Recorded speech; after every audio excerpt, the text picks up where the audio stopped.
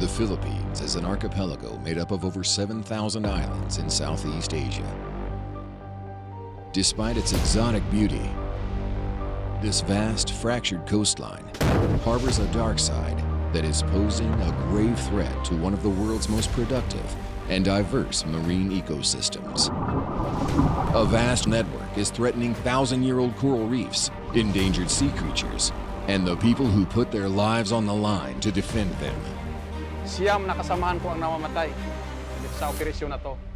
Economic hardship and competition over depleting fish stocks is pushing more and more people into illegal practices that feed off the sea's riches. Kung wala ito, kung sa kawin lang, bitin ka talaga sa bastos. The last true frontier on Earth, the open seas, are a realm where bustling economic activity coexists alongside a dark and lawless underworld. In the Philippines, where 40 million people depend on the sea's marine resources for their day-to-day survival, policing and protecting them has never been more important.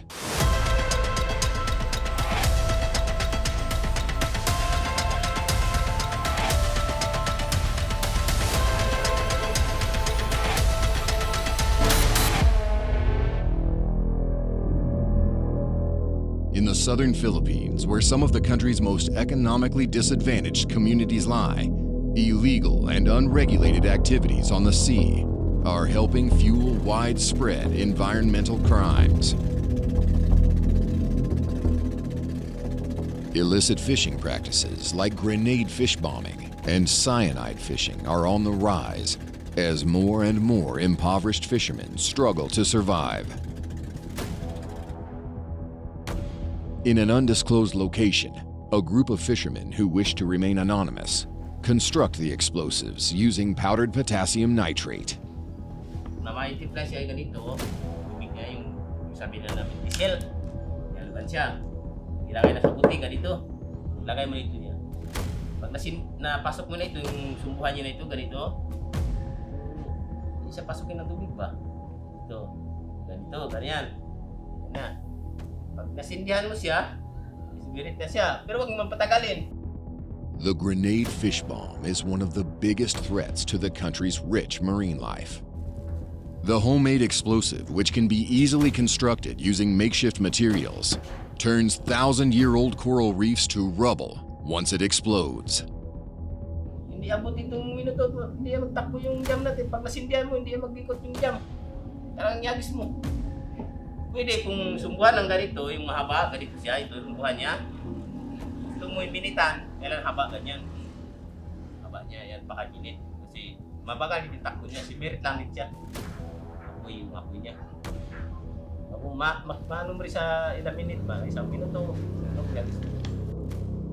Despite the unpredictable nature of the improvised devices, desperate fishermen are turning to this method in order to triple their meager daily catches. But the fast profit that's generated from the grenade fish bomb can also be fatal for the fishermen using them. Taranta po siya, pag sindi niya ganyan, ay tumingin pa siya. Isda na kung saan yung bandang ulo. Kasi agisan natin sa bandang uluhan nila isda. Na, pag nagagawa niya, pero nasindihan niya na ito. Pag ganyan niya, pag silip niya ulit, ay, sumirit, putok na. Patay! Tapos yung katawan niya. Jackpot mo talaga, yung malas mo talaga matamaan ka. Heading out to sea, fishermen must evade the small police outpost that is one of the only local law enforcement units monitoring the area for this type of activity. Kailangan talaga ito, kung mag-love ka kahit may kasama ka. Kailan marunong din, kasama mo. Once they have reached their position, the timing of the short fuse gives the fishermen around 4 to 5 seconds to throw the device before it detonates.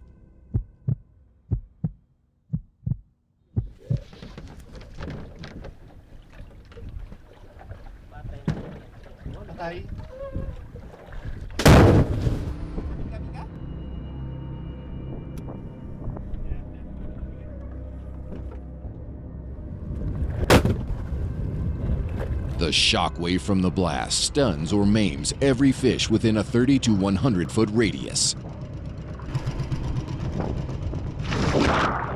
Using a compressor engine where air is pumped through a singular plastic hose pipe, the fisherman heads down to as deep as 40 meters to collect his catch.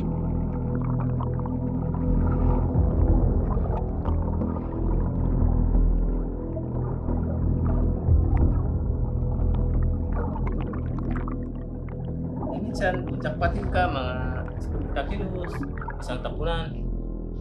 Minsan, malasing ka rin, medyo mga 20 kilos, isang putukan. Yun ang panghuli ng isda sa dito. Kasi yung iba, ginagamit nila dito rin. Kasi kung wala ito, kung sa kawil lang, medyo bitin ka talaga sa gastos mo. Sa kawil.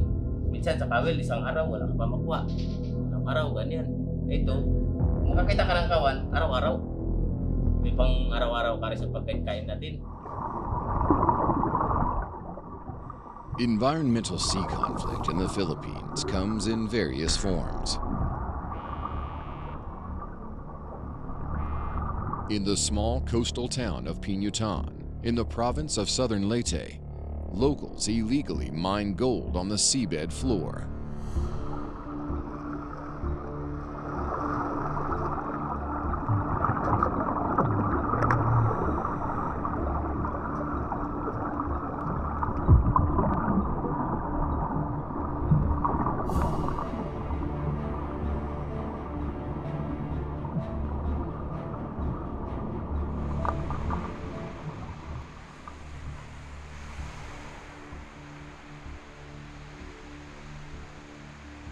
Nani Boltron has spent much of his life mining gold along the banks of Pinutan.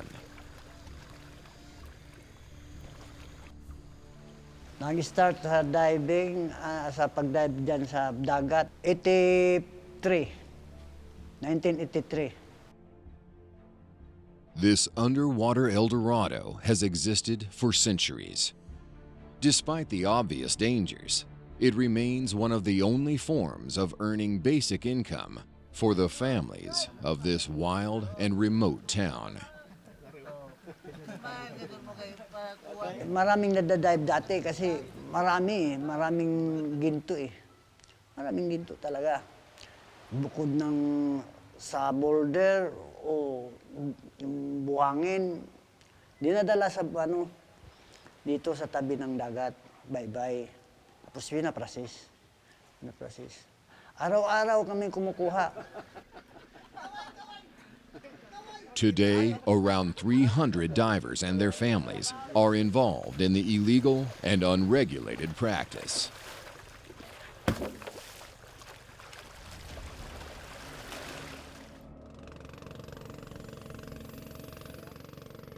Natuto ako sa pag-dive kasi yung mga parents ko dito nagtrabaho eh. Dito. Sila ang nag-guide sa amin eh. Tapos, yun na, natuto kami. Those who are too old to be gold divers become gold dealers, like Ernie Gailo. Pwede sa Surigao, pwede rin sa ibang lugar kung makita mong medyo taas doon, may benta. But before Pinutan's gold ends up in jewelry stores and market stands around the country, first, it must be extracted from the seabed floor.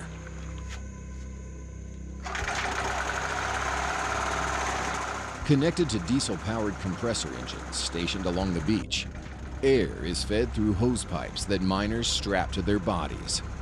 Nani, along with his fellow miners, head out to start a long day's work.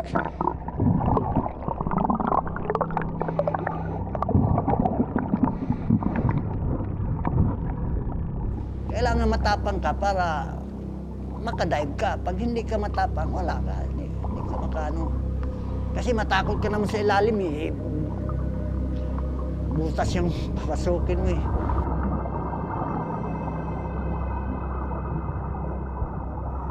Using an array of ropes to help secure a large empty plastic container, Nani and his fellow miner use the floating device to help lift and maneuver the large sacks of bedrock and boulders up to the surface. Sa akin naman, ang trabaho ko, kailangan ship. Kasi may kasama ako eh. Ako lang, okay lang sa akin yung mga ano-ano. Pero may kasama ako eh. Dinibisinsahan ko siya eh. Para hindi tamaan ng mga malalaking boulders.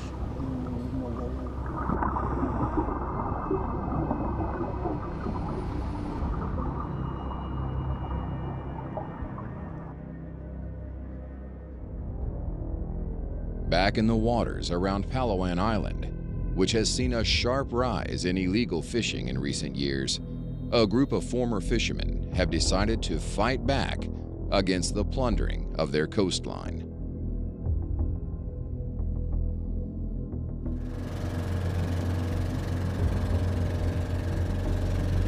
Confronting this illegal practice, which is decimating fish stocks for marine communities, has been left to volunteer groups like the Para Enforcers, a group of environmental defenders on Palawan Island, led by Efren Baladares.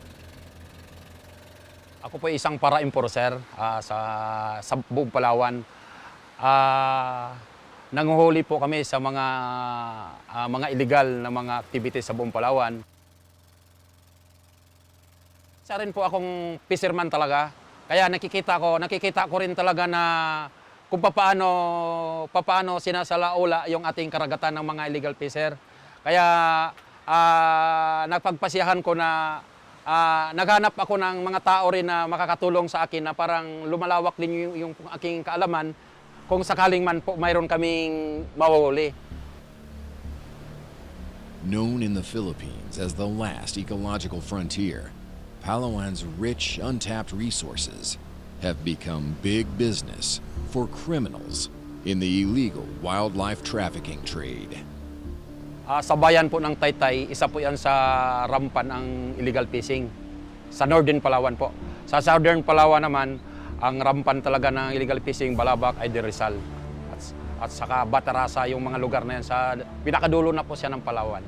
Pag sa Southern Palawan talaga, ang karamihang mga ginagamit doon, cyanide at saka dynamite fishing.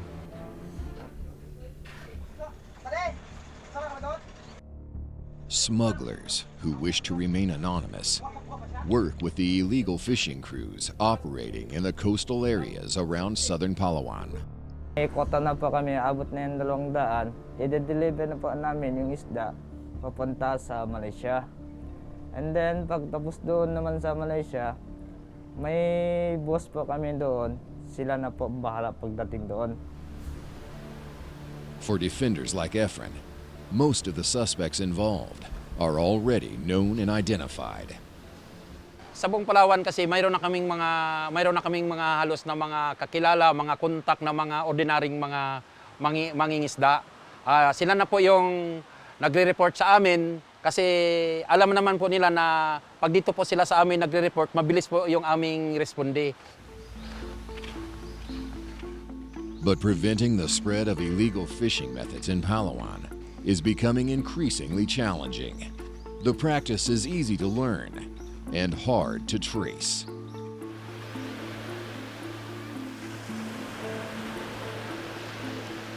Abutan kami sa laod ba? Mga unang ano lang. Mga unang bahura, unang lapas na sa kalaparan lang. Sa Katangke, di ba? At pa dito sa Baklad.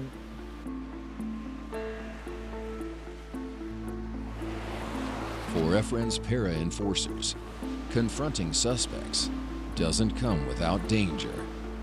9 of Efren's colleagues have been killed on duty, making Palawan one of the deadliest places in the Philippines to be an environmental defender. Ako po isang para enforcer sa buong Palawan. Nanguhuli po kami sa mga illegal na mga activities sa buong Palawan. Hindi lang po sa kagubatan kundi po sa karagatan. Doon sa kailangan nating maproteksyonan yung mga bawal na pamaraan sa pagkulikta ng mga isda, either mga kung anong bagay man na bawal. Dati okay lang, anong una, kasi hindi pa masyado nagigising yung mga illegal fisher at saka illegal logger. Pero itong bandang huli na may mga kasamahan akong namamatay, dahil sa operasyon, doon na parang kami ang naiwan, parang naramdaman namin na palit na yung mundo namin.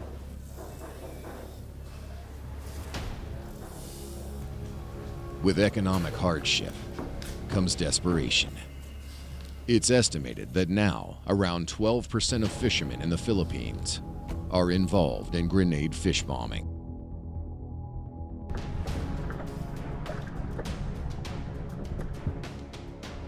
Minsan yung mga kaibigan namin, ginadala kami maglaon. Hindi pa kami marunong magsisit. Hindi ganito gawin nyo, ganito. Ay, ginagaya namin po. Ganyan din, ginagawa nila, ganun din sa amin. Pares-pares na din.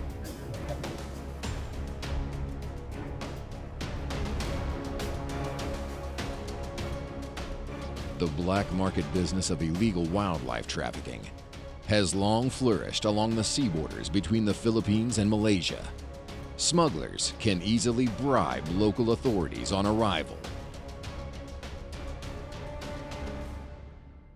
Pagdating na namin doon, magtaong kami sa Pantalan, ay may kakuha na ng isda sa amin ng boss. Pagkatapos doon, sila na bahala. Lahat-lahat na gagastusin, mga krudo namin, yung mga, sa mga pulis doon naman, yung boss na yung bahala. Ang sa amin lang, magdala lang kami ng mga isda na galing dito sa atin na sa Pilipinas, dalahin doon sa Kudat, yung tawag na Malaysia. The illegal wildlife trade of rare fish species is thriving along the sea borders between the Philippines and Malaysia.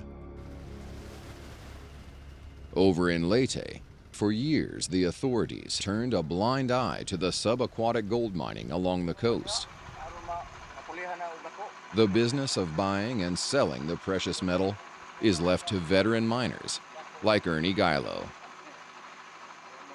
Second World War, nahinto ang operasyon nila. Ngayon, after World War, nag-resume sila. Tapos, by 1949, natamaan ng bagyo. Kaya nawas out lahat ang ano nila. Nawas out ang mga equipment nila. Ang nangyari, inabandon nila na. Ernie has been involved in the Pinutan gold trade since his youth. Having grown up and lived around the mines all his life, he's one of the older, more senior miners. Makita mo dito maraming bato. Mga gold-bearing rocks. Dito naman, meron ditong mga konting bato, pero usually ang makikita mo doon, pagdating mo pag maabot mo na yung bedrocks, yun ang maraming gold doon sa bedrock kasi magsisitol yan. Kasi ang gold kasi mabigat. Ang density niya is mabigat. So pag ginagalaw yung buhangin, lalong papasok sa yan.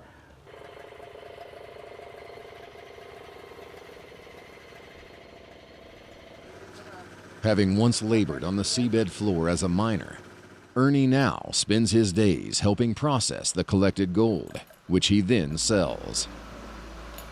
Yung ito, pang jewelry pa. Mostly ito binibenta sa mga may mga ano ba? May mga hindi authorized ba? Mga kuan. At doon nila ibibenta kasi mas mahal yung sinasabi nila black market. Ewan ko saan nila palusot siguro sa ibang bansa. The damaging effects the gold mining has on the local environment continues to prompt the authorities to take action. Illegal. Alam namin yun. Pero wala kaming magawa kasi yun ang kinabuhay namin ilang bisis na kami dyan pinahinto, hinuli. Wala kaming magawa. Babalik pa rin kami. Kasi wala namang binigay sa amin ng Basta abisuhan ka lang na bawal yan. Ilang taon na to. Yun nga, mga kasamahan ko dyan. Pag mayroon ng sabi-sabi na mag-grade, wala. Hindi kami magpunta roon. Dito lang kami. Pag lumipas na mga araw ng red, balik naman kami doon. Karamihan talaga dito. Yan ang buhay. In Palawan, The tempting profits that can be generated from illegal fishing and wildlife trafficking is pushing more and more poor fishermen into the illicit trade, which makes Efren's work increasingly dangerous. Doon po sa panguhuli namin, binabalikan sila, kaya sila yung nasa lugar, naiiwan, kaya sila yung binabalikan ng mga illegal logger, illegal fisher. But despite the dangers, the para-enforcers continue their work in tracking and monitoring suspicious vessels. Minsan dito mayroong mga operasyon talaga dito na yung mga B-farms, yung mga sa barangay na mga nagbabantay nating karagatan. Minsan kami na po yung tulong-tulong na po kami talagang nag-ooperate pag halimbawa mayroong report. Through local sources, Efren's team receives a tip-off that a suspected illegal fishing boat has been spotted in the area. Dep, kada tangali. Kasi ang unang-una talaga ang ginagawa namin, nakikiusap kami doon sa kanila. Kasi wala naman po kaming, halos wala kaming mga armas na ginagamit doon sa paghuli sa kanila. Pero pag akma talaga na tinatapunan na nila kami ng dilamita, talagang umiiwas na lang po kami. Pero pag the time naman na wala rin po silang wala naman silang ginagawang aksyon sa amin, talagang doon po namin talaga na huhuli sila doon sa kanilang mga violation. Hey Junior, kasama? Pwede makasaka? May buntag, ano lang patrolya lang. Suri-suroy lang. After boarding the boat, Efren's team begin their stop and search. Mga galing Manila sila ni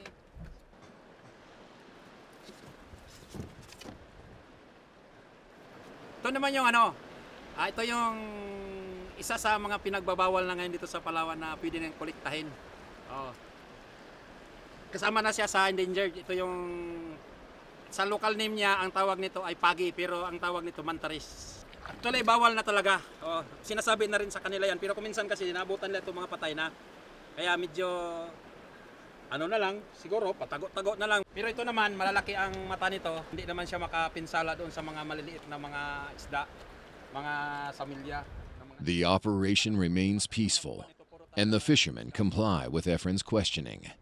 But the dangers of confronting illegal fishing networks remain for Efren, who has been forced into hiding for his work with the para-enforcers. Una-una, tinatambangan sa daan, binabaril. Ligid sa kaalaman ng lahat, ako, siyam na kasamahan ko ang namamatay dito sa operasyon na to. Buong Palawan yan, siyam. Black record lang yan sa media, hindi yan pinapalabas. Pero siyam talaga ang namamatay na mga kasama ko. Nung una talaga, hindi ko sinasabi sa pamilya ko, sa anak ko na napaka-delikado yung trabaho namin. Pero kaya nga minsan, sinasabi ko sa kanila, pag may magtatanong sa inyo kung sino yung tatay nyo, huwag nyo sabihin na ako yung tatay nyo. Huwag nyo sabihin na ako yung magulang nyo kasi iniisip ko na baka sila yung babalikan ng mga illegalista. Limitado na po talaga yung aming galaw. Lalo na ako yung team leader doon sa aming grupo. Halos hindi na po ako lumalabas ng kung saan-saan pupunta. Halos nasa bundok na lang po ako nagtatago. Kaya napakahirap yung aking sitwasyon sa ngayong panahon. Hindi mawawala sa akin yung pangamba na baka isang araw may mangyayari sa akin, lalo-lalo na sa pamilya ko.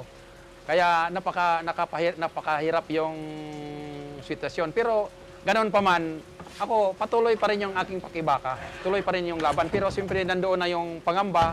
Lalo na yung pamilya ko talagang pinatigil na ako, stop na raw, pero sabi ko, wala, trabaho na natin ito, kaya itutuloy na lang natin ito, pero nandoon na talaga yung pangamba.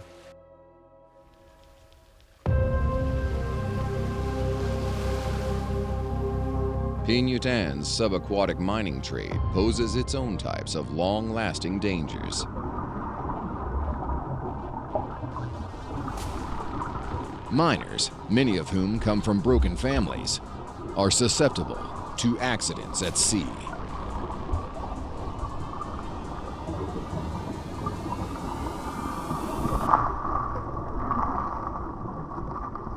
Sinasabayan ano lang sa ingat, ganun.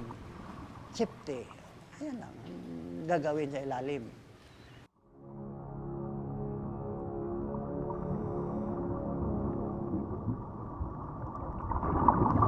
Ang namamatay kasi dyan, habang sumisisid sila, sa tabi naman ng dagat, may alak. Kaya doon sila na dali. Namamatay sila. Tawag nila yung parang nasupukit sila sa lamig sa init. Kasi mainit kasi ang katawan pag nakainom ka. Tapos magdadive ka sa ilalim, malamig.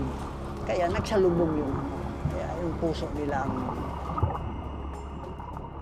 Nani, however, has spent most of his life sifting through the bedrock of Pinutan's rugged coastline.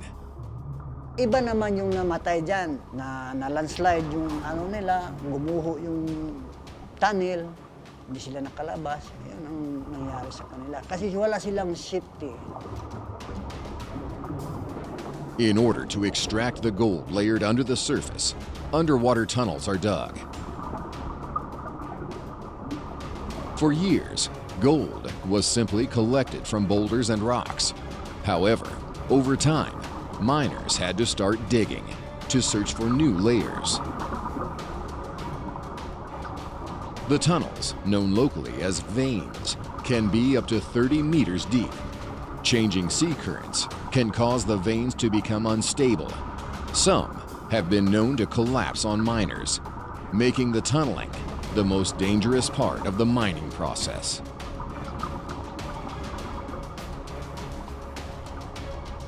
As the miners begin to remove rocks, sediment is kicked up, making visibility poor, increasing the risks of dislodging the large, intricately made tunnel system.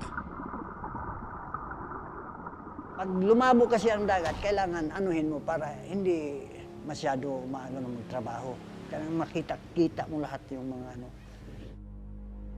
nakaano sa tabi. Baka gumalaw yan, o anong mangyari, nakita mo rin para makahok ka kaagad sa tunnel.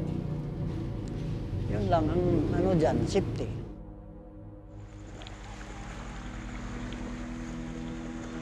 Paralyzed with no income and no social support, Marwan Mejia is one of the victims of the town's present-day gold rush.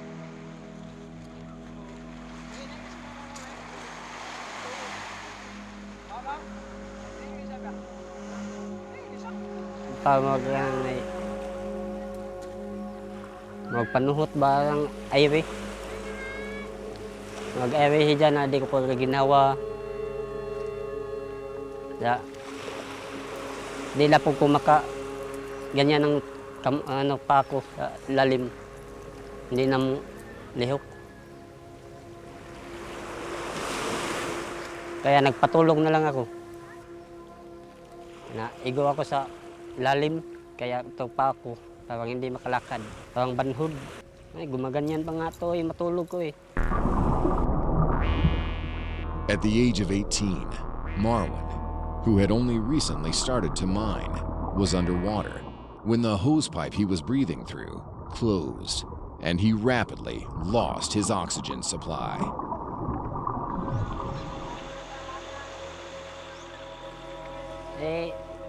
Hindi ako pinayagan ng nanay ko yun na mag-isawam kasi wala akong tulog. Mamana akong gabi ng isda, kaya hindi ako napigilan eh.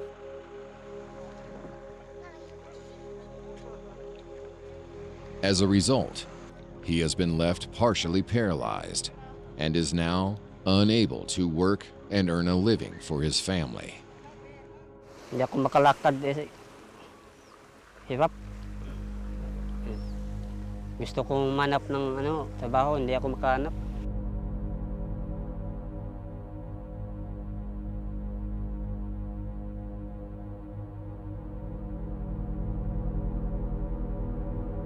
Nagdadasal kami para mag-shape naman sa buhay namin. Kung anong mangyari, binigay na namin sa Panginoon yung buhay namin. Yan lang talaga ang ano namin. Kasi may Panginoon naman nakatingin sa atin na isang pagkamali lang. Yan na trabaho kasi isang pagkamali mo lang, wala.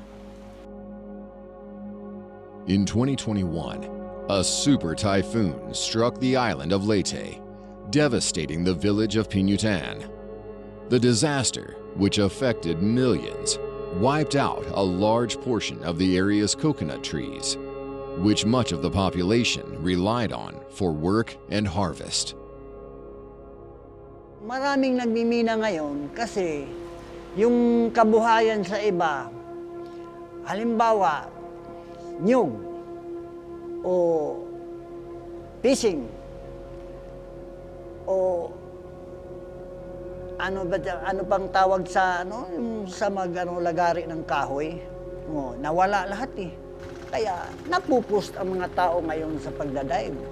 Mag-dive ka ngayon na araw, bandang hapon, makabili ka naman ng bigas saka ulam Kaya nga, marami talaga The loss of livelihoods from the storm forced many more people into illegal gold mining, as lives were transformed overnight.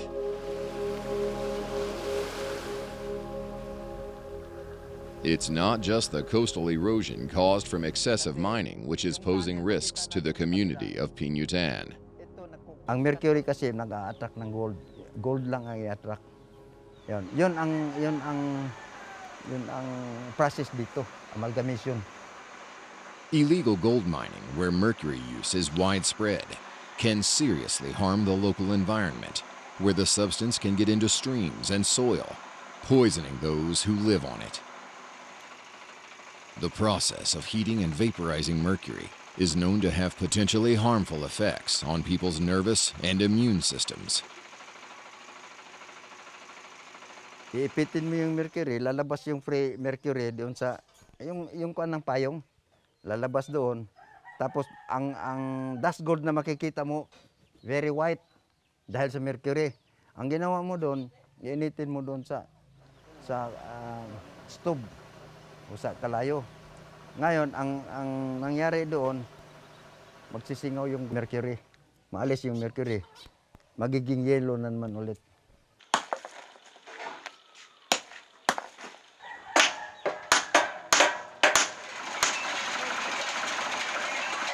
Believed to have one of the world's largest reserves of gold and an estimated 300,000 small-scale miners, the gold business in the Philippines has long been one of its key industries.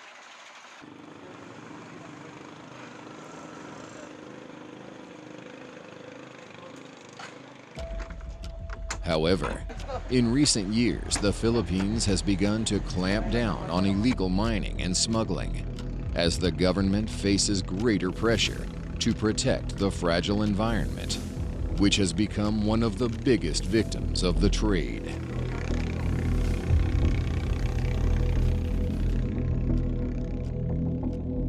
The victims of the sea in the remote region of Sulu and Tawi-Tawi are caught up in another type of conflict. For years, these islands have been used as a key transit point for trafficking networks. Due to the remote location, the seas around the island of Tawi-Tawi have required increased focus and collaboration from the country's law enforcement agencies.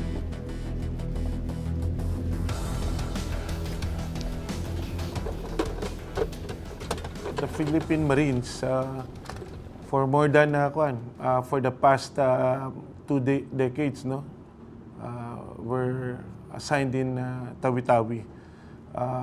Because of our capabilities, we are an amphibious force.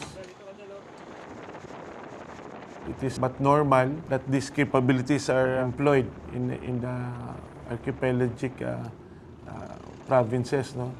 Primarily now, we're in support of the other law enforcement agencies, addressing like smuggling, trafficking in person. Ito, maraming tao siguro. The coordinated deployment of joint maritime patrols has significantly reduced the high rates of kidnapping, which the island province was once known for.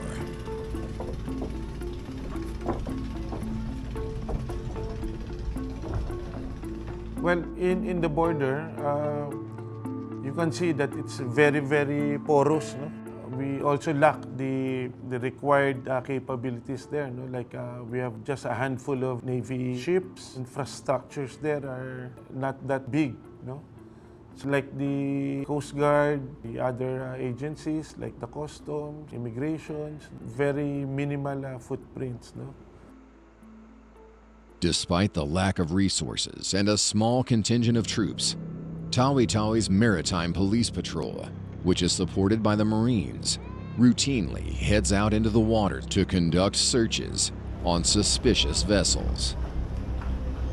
Ginagawa po natin ngayon, mag-conduct po tayo ng pagsita sa mga bangka, yung wala po silang mga papel, baka posibleng yung mga bangka nila hindi sa kanila, at mga identity ng mga tao. Ang ginagawa po natin yan, seaborne patrol, mag-search tayo ng mga posibleng mga illegal, mga kontrabando, usually mga illegal drugs, kung meron man tayong makita o mga illegal na mga tao na tumatawid sa ibang bansa o yung mga tao na Pilipino na pupunta rin sa ibang bansa. One of the main jobs of Tawi-Tawi's Maritime Patrol Unit is to intercept human trafficking networks. Ito po yung nagpapatunay na yung bangka ay nakarehistro. Tulad ba meron po sa atin sa Maritime Group, sa Pinto. Ito po sa Coast Guard. Ito po sa Marina po. Clear po yung boat na sa yung bangka nila.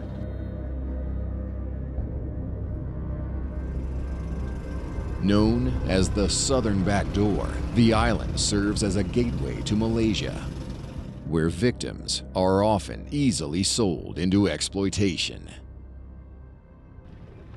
It's very difficult to cover all the vastness of the sea. But because of the cooperation also, no, and awareness of the local populace themselves, they're able to report suspicious persons. And of course, because of this awareness, the people cooperate, no, with the different law enforcement agencies. On entering the port, the Maritime Patrol Unit receives a tip-off that some suspected victims of human trafficking are disembarking the ship. Magkaano-ano kayo? Magkapatid? Saan ka pupunta? The girls are led away for questioning. In Tawi-Tawi's Anti-Human Trafficking Center, Rosabella Solani is the one who receives suspected victims picked up from the boats around Tawi-Tawi. Rosabella works around the clock with Tawi-Tawi's Maritime Group, helping rescue victims of human trafficking. Madalas po yung sa na-interview ko lang na galing sa Malaysia, no? Sila ay na-recruit illegally.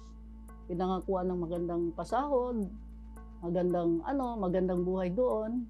Pagkatapos nung dumating sila doon, yung kanilang mga ina-applyan na posisyon, halimbawa, cook.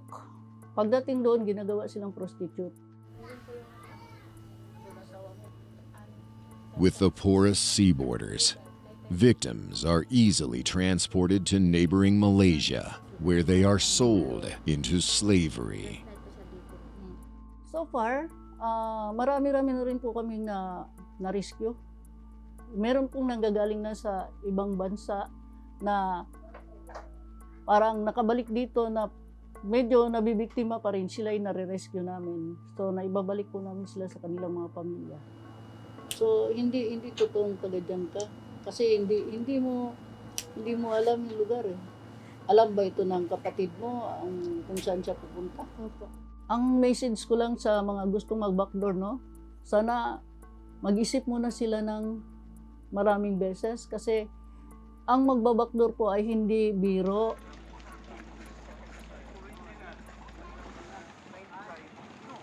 One of the groups most susceptible to extortion and exploitation in this part of the Philippines are the Sama Bajau, known as the last sea nomads. For centuries, this boat-dwelling people lived free-roaming seaborne lifestyles. Today, the group's unique way of life is under threat. Forced out of their original fishing grounds, the Bajau are considered stateless outsiders. Despite the challenges, all hope is not lost. Elie Irana has set up one of the only charitable schools catering entirely to the sons and daughters of the Bajau living along the shoreline of Tawi-Tawi.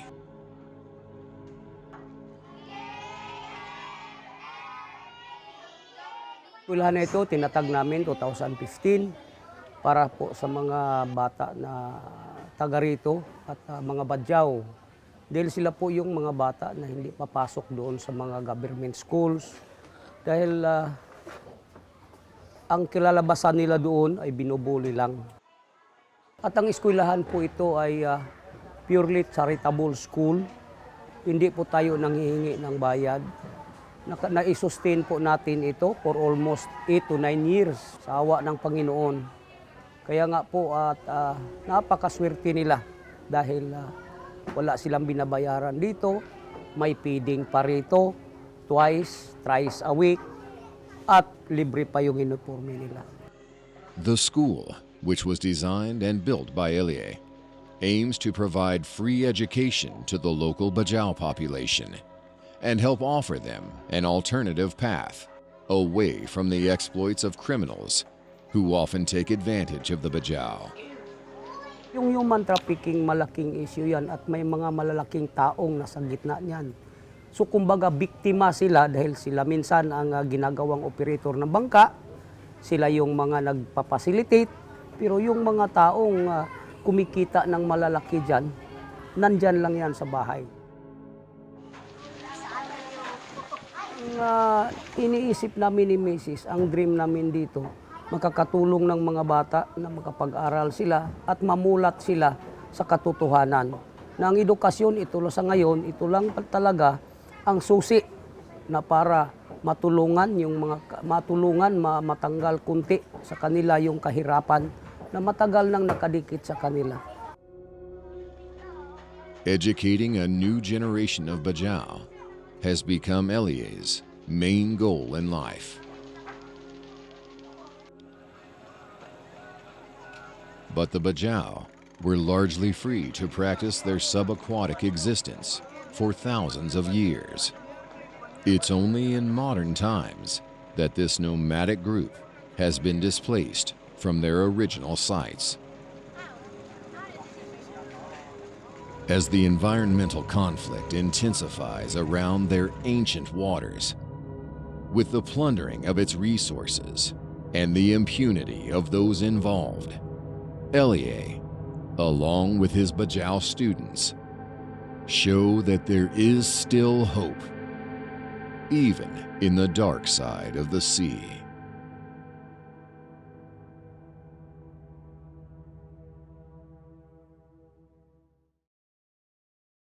The Democratic Republic of Congo has been gripped in a violent conflict for over 3 decades.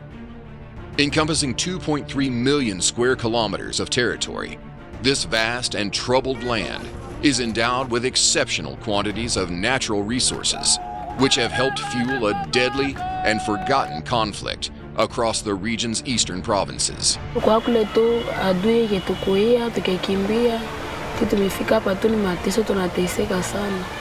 With one of Africa's fastest growing populations, a new generation of Congolese remain trapped in a war economy, fueled by the world's insatiable demand for cheap minerals that have become essential ingredients in our day-to-day technological necessities.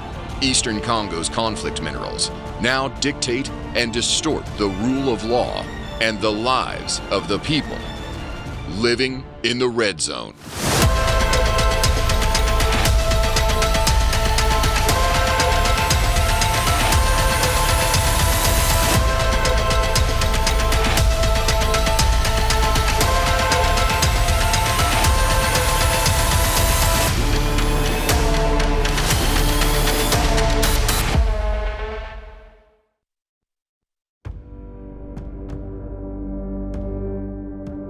The Ntamwe Mountains, Eastern Democratic Republic of Congo.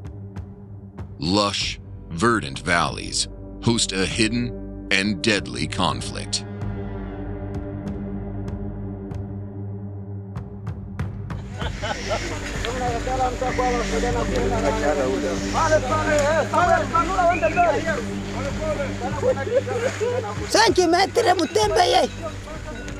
Spread out across rugged and remote terrain, over 120 different armed groups and militias remain locked in an endless fight for this mineral-rich land. Hapa niko mpatruene de komba wa kutafuta hao wadui wenyewe kusumbua raia huku kwetu Plateau, yani mteritwale ya Mwenda. In South Kivu, rural militias, who describe themselves as community self-defense forces, thrive in areas where the state lacks full control. Traditionally known as the Mai, these armed resistance fighters who lack adequate equipment have long relied on the belief that black magic rituals help them in battle. Ilo ni mizimu ya babu tunapigana nayo kwa kwenda kumsaka adui.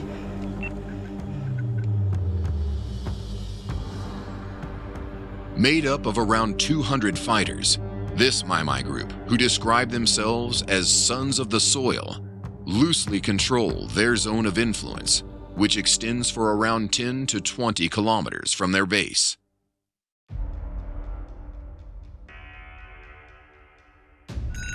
Wakati tukimfuata adui msituni kwa kumupiga haraka na kumtimua nafasi. Sisi unajua kama sisi tulitoka ndani ya raia. Mbele uwe jeshi unakuwaka huko kwanza raia. Yaani mbele twende shika silaha tulikuwa tunasikiana na wazazi wetu. Each week on this high plateau, the Mai of Mwenga engage in close combat with 4 different armed groups, all of whom are fighting to control a lucrative prized metal buried deep in the hills: gold.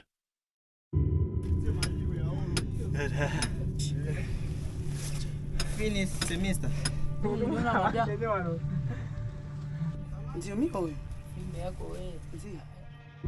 It's believed that 10 million Congolese, 16% of the total population, derive their livelihoods from artisanal mining. 17-year-old Love Mazambi is one of them.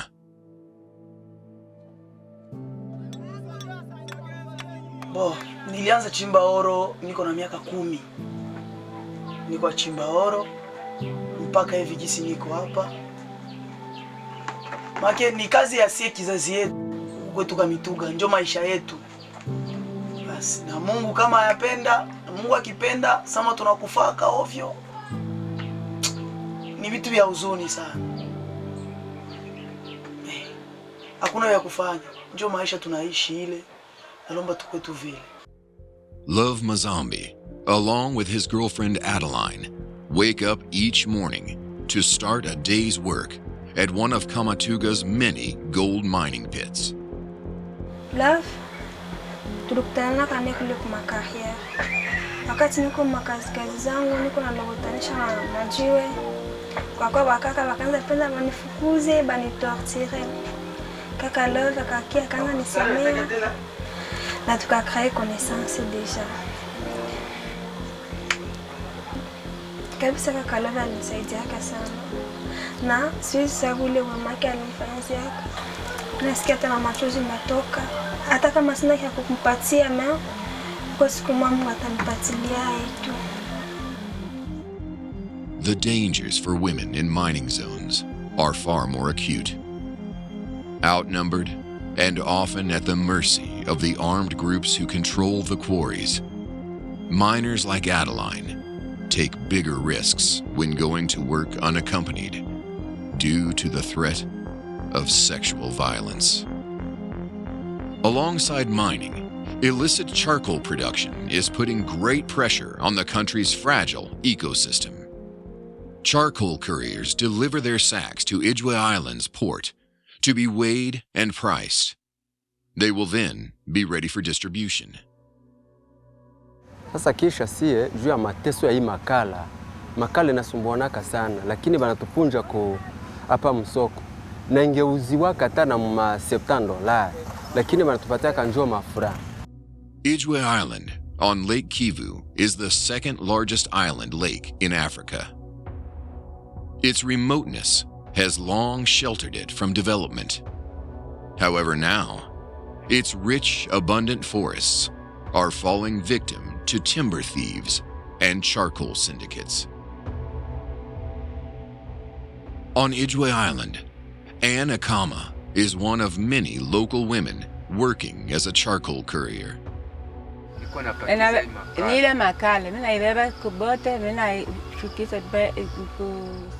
When the charcoal is ready, it needs to be taken from the remote corners of the island for distribution.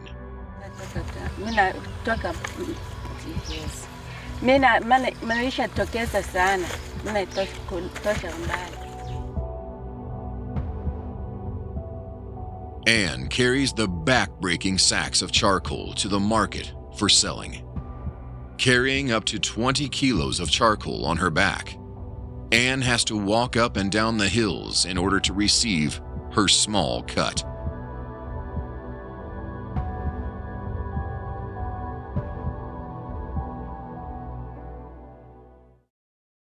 Having found an available shaft, Love and a small team of miners head down to begin their search for gold deep underground.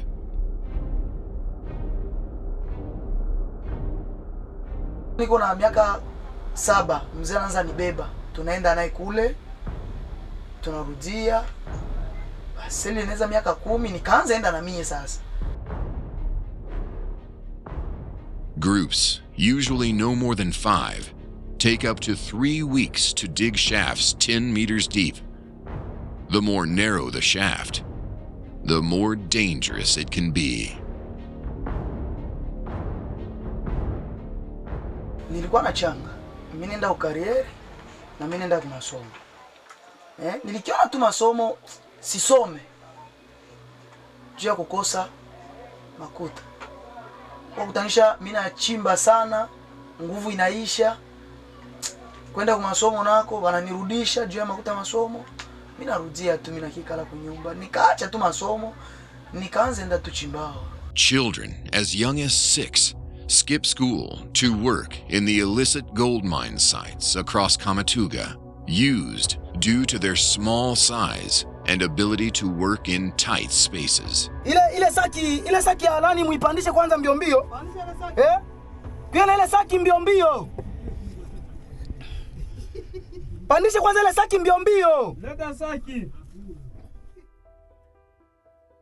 The Congo's rich and precious ecosystem, which supports an abundance of rare wildlife, is facing a growing threat as the war pushes people into illicit economies and into the hands of armed groups.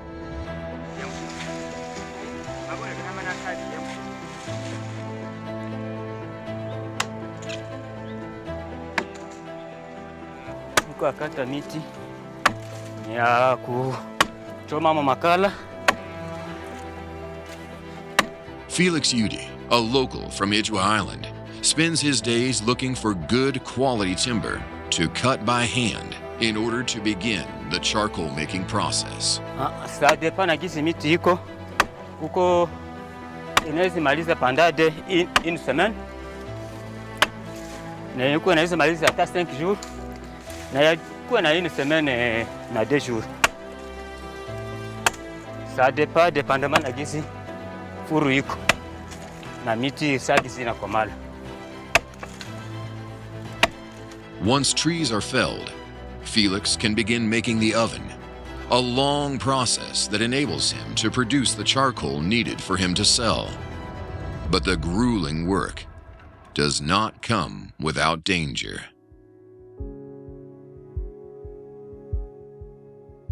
Kuko mwenzetu muti liangukiaka, manake kamupiga mwae mugulu yote kakuwa bui, manake yote akaregea. Paka hivi haiko anatoka hata kunyumba, hiyo anamaliza demwa na iko kunyumba haitumika hata. For Love Mazambi, the risks of working in the mines are even higher. Boga tena ya mingi sana juu tunaachaga huku kunyumba, tunachaka pourcentage mbili tu ya maisha, na ile 98 yote ya pourcentage na kwake kwa mule mshimu ya kukufa. Venturing deeper down the shaft, oxygen is limited and breathing can become difficult. As the miners start chiseling, even a slight error can cause the mine to collapse at any moment. When cracks begin appearing in the walls, miners must widen the shaft for it to become more stable. A painstakingly slow and arduous process. Tunatosha sasa madini humu ndani, tunaipandisha kule yulu, mashimu, masaki. Kufika kule, tunaanza sasa tengeneza gisi tupate dhahabu. Ndo kazi kubwa ile. Unaona kule chini gisi kuku kule? Kule njo kwenye inatokaka kule. Njo kwenye dhahabu inatokaka kule chini.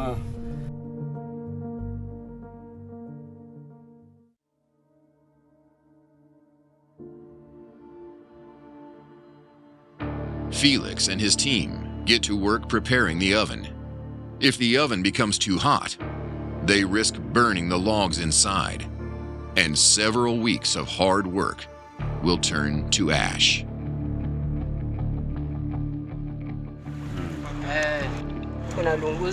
Niko na konga moto kusudi nilunguze hii miti itoka makala. Ndio vile. Tamaliza siku 3 huko tunachunga makala. Huko tunaenda kuiangalia jinsi itaivya. Kisha tunasambaraza, tunatosha makala.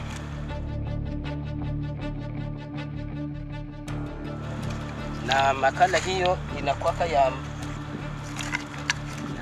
ya hatari sana. Kama haifunge mzuri inaanza tomboka. Ndio vile. Inageuka majifu. Despite the tough and dangerous work, economic uncertainty is constant. In Kamatuga, miners can go for years without finding any gold. Njule tunitaka kangumbu. Tunaendaka tu kule kutumikaka kila siku na tupata kitu. Tunaweza fanya na miaka 2 tunaendaka mule mshimu na tuletake oro. Na unaishi tu kwanza kuneema ya Mungu, unaweza pata sombe huku nyumba, unaikula vile. Lakini kwanza nikisema niseme kule tunaendaka kusiku tunaletaka ngapi? Kusiku hatuletaki. Kuko siku tunafanyikiwaka, noko siku tunakosaka. Mesiku ya kukosa njoo ya mingi. For much of Congo's modern history since its independence in 1960, minerals like gold, diamonds, and copper have shaped the lives of its people and the country's relationship to the outside world. Gold mining, one of the most infamous and unregulated sectors of Congo's mineral trade, is a key driver of the country's war economy, helping fuel profits for armed groups. Today, armed groups continue to wrestle for control of the region's riches. As a result, hundreds and thousands of people are being displaced as sporadic bouts of fighting intensify. In North Kivu, on the outskirts of the city of Goma, people have been forced to live in makeshift tents in the shadow of an active volcano. 16-year-old Yushindi works as a charcoal courier. Each day, he relies on his handmade chikudu, a 2-wheeled wooden vehicle which is used across the country to transport cargo. The makeshift vehicle was first established during the 1970s as a result of the country's spiraling economic crisis. Today, across the city of Goma, they are one of the main sources of transportation for informal workers like Ushindi.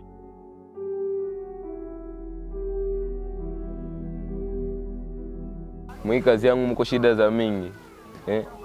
Warawara mko majaribu ya mingi. Selo saa ya mutiaje, umwezi kwa unaeba example kese. Naeba kese, me motera akisha nigusa kwa nguvu ni za kidogo, kese zinamwangika. Charcoal remains the sole energy source for thousands of the camp's inhabitants. And it's Ushindi's job to deliver the sacks across the camp's blocks. At just 16 years old, Ushindi needs to learn fast. Bartering and bidding is constant. Ushindi knows that in order to survive, he must learn how to make money or risk being exploited.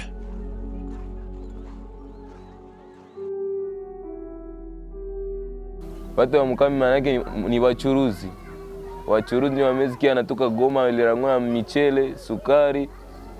Njoo hata nikamata njoo mwebea kwake. Siku zinakuya ni wakitumaini nirudie, chukuru hata niletee moto ingine. Reboze iko wapi? Magala kunyumba. Ni ya wapi? Joy. Reboze ndio utarisha ngapi? Niambi. Pani ile 5000. 1000 francs. Senza. Zinaweza kidogo sana. Umwe ngapi? Azika 3500 umwe. Nakupa 2000 francs umwe. Zinaweza kidogo. Nakala pata hivi 2000. Mujourne moya mineze bata mizigo 8, mizigo 11, selo kazi sasa. Mujourne moya nezi umenezi patata 6000, 10000, 12000.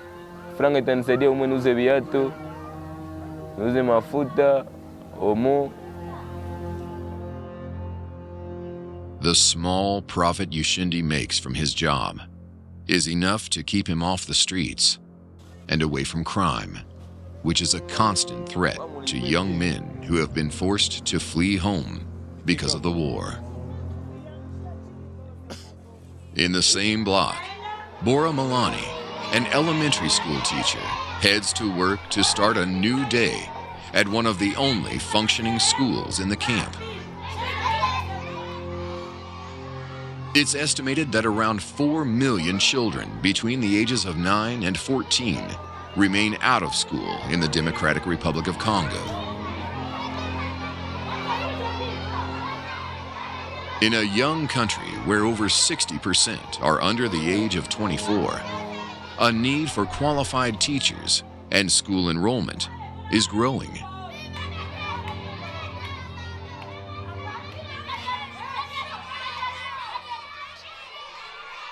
Mina lamukaka, ngizi mina jitayarishaka, mina lamukaka nile 5h, mwile 5h mina lamuka, mina kamata manuele juu normalema tunatokaka hapa ile 14h tushamaliza tayarishi. Batoto wanarudiaka, sisi tunabakia kwa masomo tuko na tayarisha journale na devoir kama ni samedi tunafaa apply hebdomadaire ya semaine. But Bora faces many challenges, running a makeshift school in a camp where law and order and sanitation are poor and mismanaged.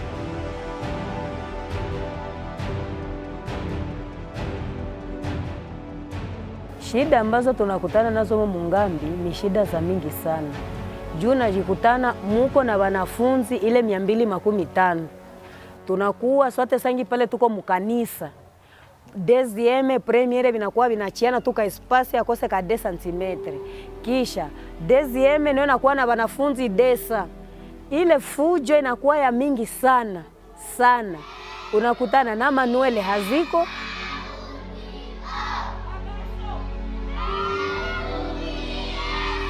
Each day, many students are unable to enter. with a max capacity reached at 200. Many are forced to miss out as they are turned away.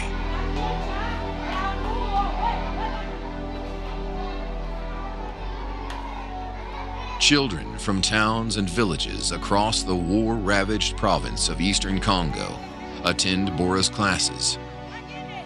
Many have been orphaned as a result of the war. Without parents and a proper home, school is an important safe space where they can escape the day-to-day challenges that exist outside of the school's walls. Ni hatari za kukutana watoto wekubiko nakuya habana mauniforme, watoto wanakuya habana viato, sota mwambia rujende vala uniforme, atakuonesha kama hatukukimbiana kitu. Wewe unashukutana sasa nifanye nini? Mtoto akelumizana atafaa nini? Oui, c'est ça. Ndakupatia suite parce que vraiment utanisame programme ilikuwa changer d'urgence et du ça niko mukarenyo moya hivi ndakupatia suite. Merci beaucoup et courage aussi. Moi kazi yetu natajitia. Asante sana. Rhoda Mustaki is a volunteer who organizes self-funded aid missions into Goma's sprawling displacement camps, which scatter around the outskirts of the city. Donc leo mimi nenda patia tu wale watoto wale wagonjwa ya Bwaki. Donc mimi nababebea parce que tunapigaga programu ya bui tunagabuliaka 1600 enfants. Alors tunapigaga viungu viini. Sasa hivi hakuna stock. Hii haiwezi piga bui. Several times a week, Rhoda sets out into the camps to distribute life-saving services to hundreds of families who have been left abandoned by state authorities.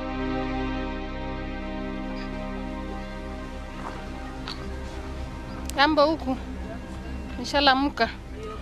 Nalamuka bie. Umelamuka bie. Mko tupigia saa hii. Natatia maragi kwa moto watu lipiga kwanza sistemu ya kwetu himushobyo. Ndiyo. Muka Ndiyo.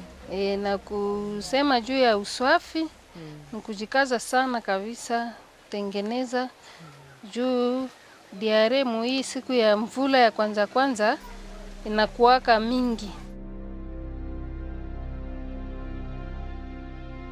Nehema, a female activist working alongside Rhoda, works exclusively helping women in the camp with their day-to-day challenges.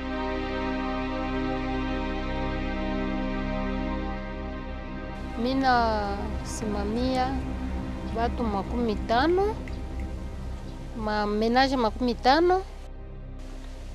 Shida yenye dada na mama wanakutanana nayo mwa hii kambi ni saa ya kuenda tafuta chakula ama kuni kule kupori, njo wanakutanana na watu wabaya kule, swate basoda, swate basoda ya mpori, hata bandi beviko tu kule mpori, mwenye atakuwa lamukiwa mbaya nafika kule anabakwa.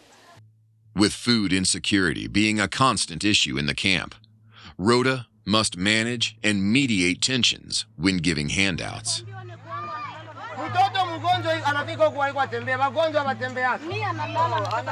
Mama, watoto mimi napatiaka bunga, mimi na bayua, mimi nakutaka kumakwao. Sawa, mimi nakutaka tu hapa. Mungu aye kwanza, problema yako ona huyu, mimi namuona, ila kila mtu. Safi siku mingi sana natumika sana kwa ajili ya kazi ya kusaidia. Depuis 2008 à 2018. Hii kazi mimi kauya kabisa ya kusaidia na kupenda watu. Sasa wakati tulisikia vita inaingia Goma, tukasema okay, hivi vita inaingia, kuna ndugu zetu wakimbizi banaingia ndani ya makambi, inaomba tukue naenda kubaasiste parce que kazi yetu ya kwanza mkambi tulikuwa tunaenda juu ya kwenda basaidia kujenga ile manyumba yabo banaita bivera. The bivera is a makeshift tent made from sticks and plastic sheeting. Some residents have lived in these for over 2 years, others just a few months. Having once worked as a local farmer, Devota Eka recently fled the fighting in her village and arrived in the camp. Nataka village yetu hivi hapa maki hakuna, ku village hakuna ni mtu. Na TV wangana atake tu vita ingali. Depo mwezi ya kwanza niko hapa Mwingambi. Na maisha napitia ni kuteseka tu. Maana At only 15 years of age, Devota is now pregnant. Kuisha pato ni mateso. Make wagarso kwanza tuko hapa wako make ni kuviolewa na wanakutana. Sisi tunalala muorende wanapenda wanani viole. Standa staki hapo tuko muvita. So data na atakuya sio kana tokea na ito na intimide basi. Pale ni oe mimi napana mwili yangu. Na kisha kuviole pale naenda utamuna tena. Anakuja na kutumanisha wengine onde pale. Make nilibebaka depo mwezi ya kwanza. Make nishaisha kwa miezi 4. Na manibebesha hayo ashaenda. Ashakimbia. Maneni kwa hapa tu mimi peke. Displaced and alone, Devota, like many others, is easy prey for Eastern Congo's armed groups. Tunatumikisha brigade 5 mwa hii arme reserve yenye kona mvume naitwa Papiko. Ndio tuna wanawake wa jeshi ndani ya jeshi ya kwetu. Sawa nao wanasirikia nchi ya kwao, sawa jinsi wanaume nao walisirika sawa. Mauaji kila mara inaua wanamke, kubakwa nao wakasirika wakajiunga pamoja na sisi. Shuka mwana njia tupenda vile.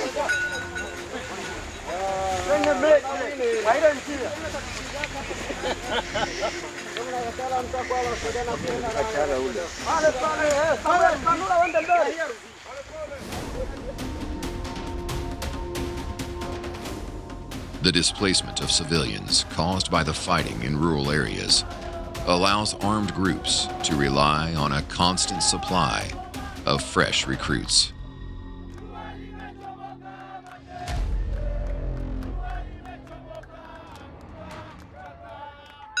Ila silaha nao na risasi ni lazima sawa mwanajeshi ni risasi na bunduki kwa kumfuata adui.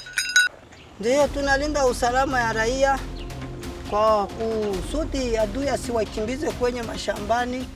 Groups like the Maimai of Mwenga are supported by some of the local population who see them as defending them. Sababu kwa adui anawategea kwenye mashamba na twala wanawake kwenda nao porini kuwawaka wenyewe kuuawa. Ni hapo kwenye mnaona tuko tunaenda tunafanya security ya kwao. But for young women like Devota, she remains trapped, unable to return home, and also unable to make enough money inside the camp. Wachuruza mamarai gina ndamu shamba. Depusa tukimbilie na franga sugusete na kufranga jukule ku village njoko tunapata makuta. Many of the Congo's displaced population are from the country's rural agricultural producing areas. Ndaipatia hapo kushui vita mateso kwa kuna shamba. Kutulikuwa ndamu shamba njoko adui iko.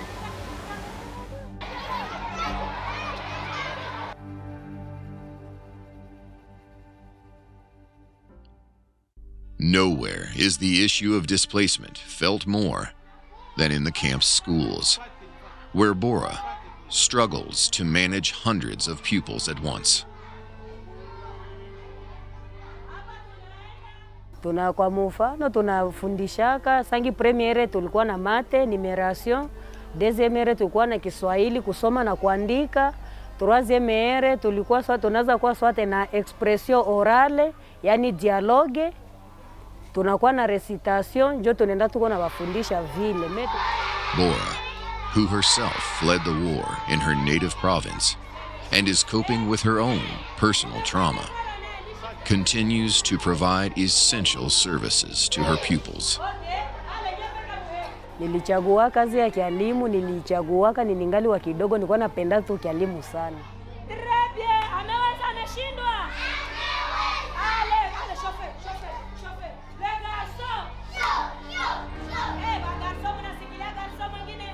ni ya maana kufundisha watoto mungambi juu ya nini?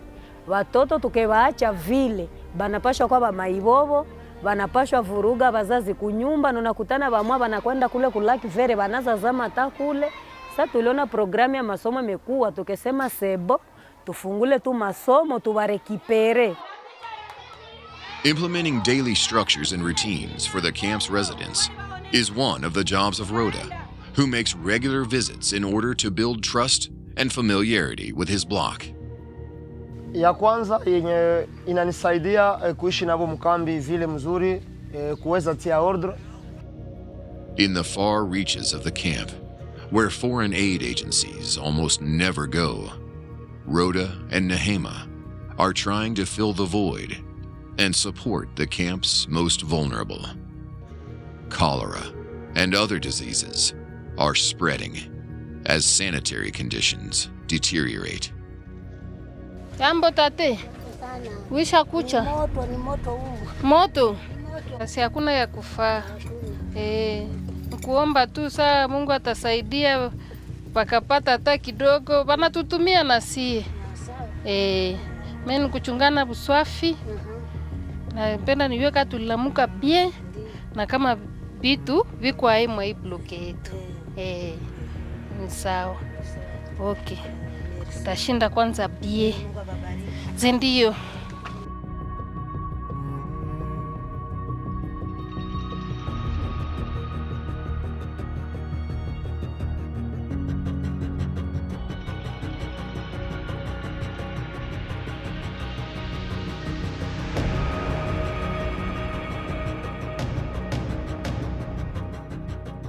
Na kuko wenye tuko na kaka moya unamufasiriaka kuko mtu hivi na hivi na hivi na anahitaji hivi na kaa iko anaileta, au kama hana anatuambia anaenda ongea, bikawezekana atakuya.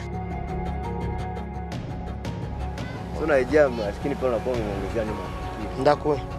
Mungu kitu tuturandre vile unavizite wewe unafanya kaju uratusaidia kasa moya. Nisha wapromete ndakwe. Wo amini tu. Ndakwe. Toto daiko. Ila la sona kama vide l'espoir merde. Sona ijama lakini pale unakuwa umeongezea nyuma. Ndakwe. Ndakwe. Merci. Amen.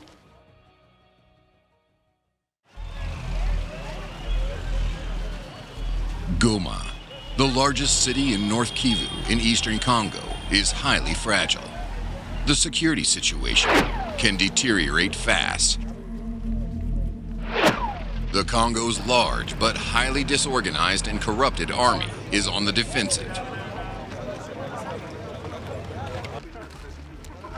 A Rwandan-backed rebel group called the March 23rd Movement has made rapid gains across the country's lucrative eastern provinces, where the majority of the country's gold and minerals are situated.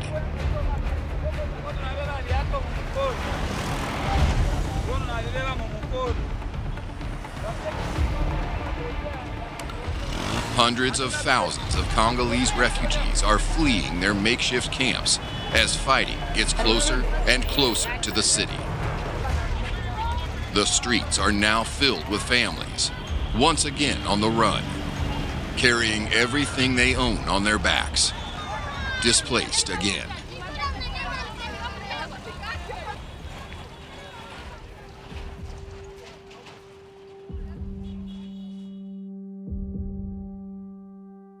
Back in Kamatuga, Love and Adeline remain trapped in the war economy, where greed, gold, and guns have taken control over their futures.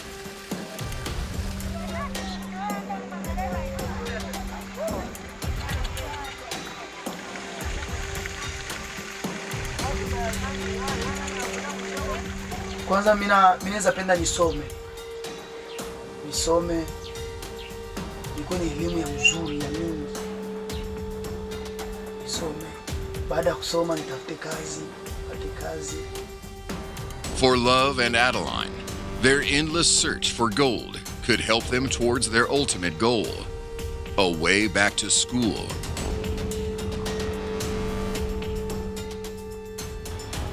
Sasa ibezangu na miaka bote beshapata ma license. Mimi najiretrouve kwa mashimo. Ma, kazi mimi napenda ni sana. Digérer entreprise, mkata na maboutique, na vitu vya vile. Ma, sikupata kile bahati. Ndio maana leo niko nafanya ya matrafiki. Conflict and blood gold have trapped young Congolese for generations, driving profits for armed groups and threatening the lives of the country's most vulnerable people. In Goma, the hospitals are starting to reach full capacity as fighting outside the city intensifies. Young Congolese civilians are getting caught in the crossfire. Ruth Musumba and her family recently arrived at the hospital. Hapa kwenye niko mhospitali, niko Msebeka Virunga. Nilifika ilikuwa juu ya vita. Saa yenye lenzi masasi ilianza piga. Bashoda balisukumaka bombe kakiangukia kunyumba. Hapa Virunga, saa yenye iliangukia kunyumba ikalumiza batoto. Ndio nikabaleta hapa Msebeka Virunga. Sasa tulifika hapa Msebeka Virunga, banganga bako nyingi dawa haiko. Hospitals are struggling to cope with the numbers of wounded civilians due to poor access to medicines and other life-saving equipment.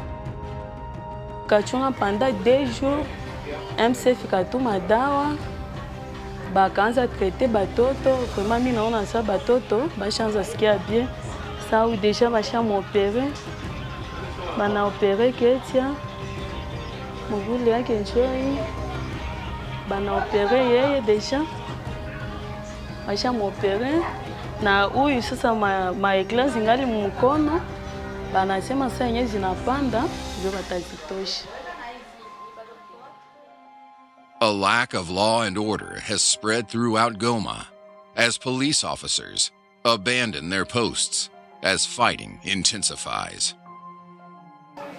Kitu yenye nasumbua batu sana saa bwizi kuingiliana mchana hivi bamwizi baisha kuwa mingi sana mfili ya Goma.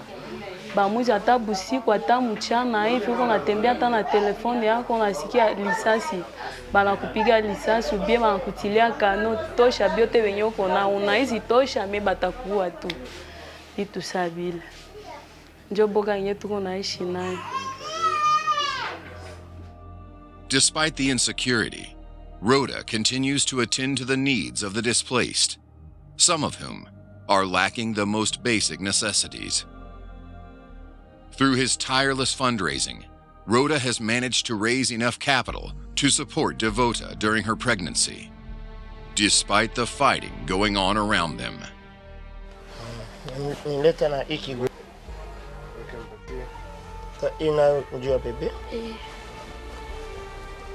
Inayo itasaidia bebe.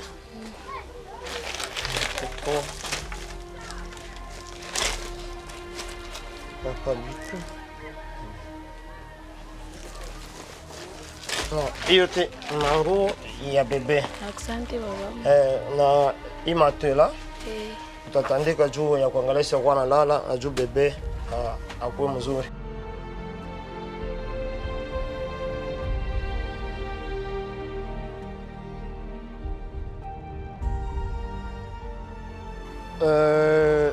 Devota nilimjuaka wakati nilikuwa nafanya msaada mkambi. Nilikuwa napita mkambi kusaidia watu, wamama, wadada, watoto. Devota, who fell victim to sexual exploitation in the camp and became pregnant, is now one of Rhoda's top priorities.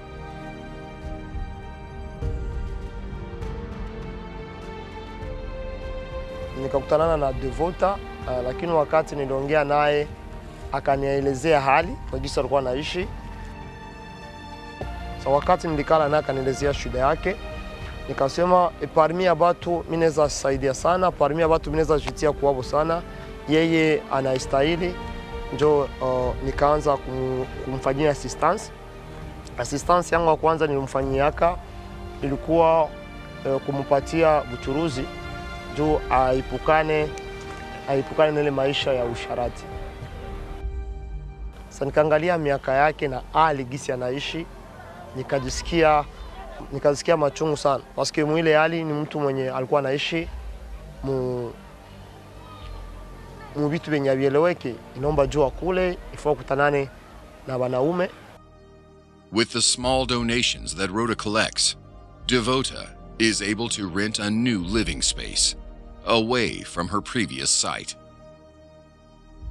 Rhoda alikutana kwenda ikala huko Kiverangu, akaniona hali yangu ngizi iko. Akaona akaniuliza, "Ndambo kwa mawazo nikimwelezea kazi zangu zote ngizi nateseka, ngizi walinibaka kama kanimebisha imba mkambi." Jua akaniletea kama msaada akanisaidia. Yaani maki akanisaidia sana, akanipatia mkuta uchuruzi. Nikianza churuza, mimi nilikuwa sikula dhani nilikuwa mgonjwa, mbe nashukuru Mungu. Na yeye msaada ananiletea na kunikamatia nyumba, nashukuru Mungu sana. Depa nilete nishaanza shanje, kashanje ma nishaanza kuwa na sante ya bien, nishaanza kula bien. Back in the hospital, wounded civilians who have been caught in the crossfire remain hopeful that fighting will end and they will be able to return to a normal life, attending school and building a future. Nimalize masomo, nipate kazi, nisaidie mamangu na familia. Nishakumbuka tu gisi tanzoea poze makesio ba profe gia kwenda tembea tu kuma kantine ya. As the war economy continues, rural communities are being forced to exploit their own land to line the pockets of rebels and military.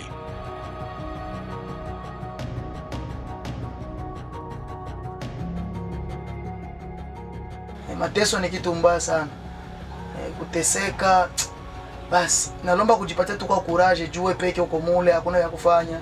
Utafanya nini? Na ndio hali nyiko hili. Ni mateso tu. Hakuna mwana furahia mateso. For people like Rhoda, Bora, Love, and Nehema, there is only one way to survive, and that is by working together. Despite the unrelenting horror they face day to day, they maintain their humanity, dignity, and defiance, continuing to work towards a new and prosperous future for their people.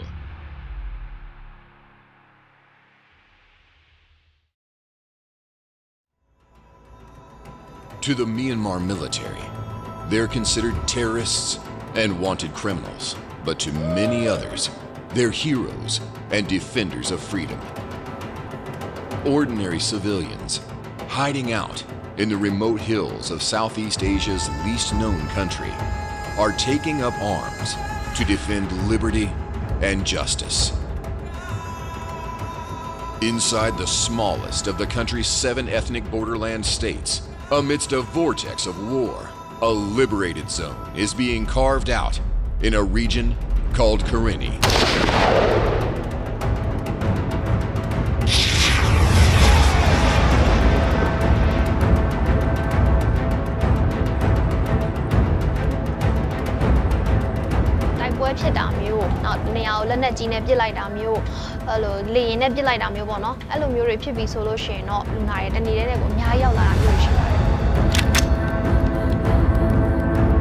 Amidst rugged mountains and thick forested hills, a guerrilla army is trying to protect a sacred land and build its own autonomous state. Though poorly equipped, using makeshift homemade weaponry, the newly trained must find ways to survive on unfavorable ground. Welcome to the Red Zone.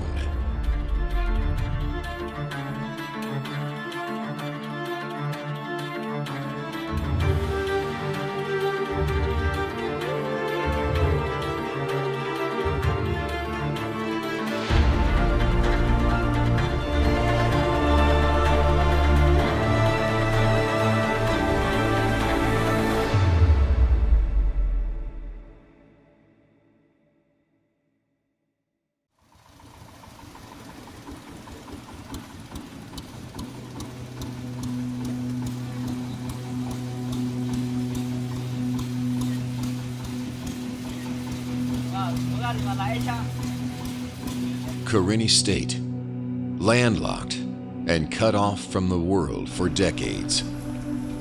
Accessing this territory is a difficult and dangerous journey, as Pokar and his girlfriend Pyo are finding out.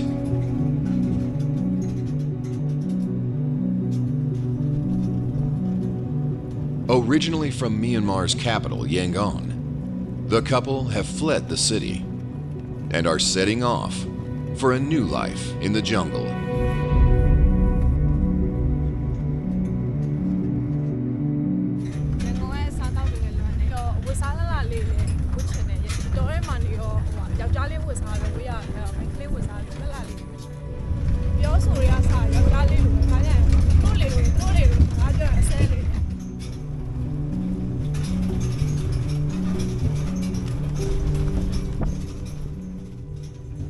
When they were back in the city, the pair were underground resistance fighters, conducting hit-and-run operations against Myanmar military infrastructure.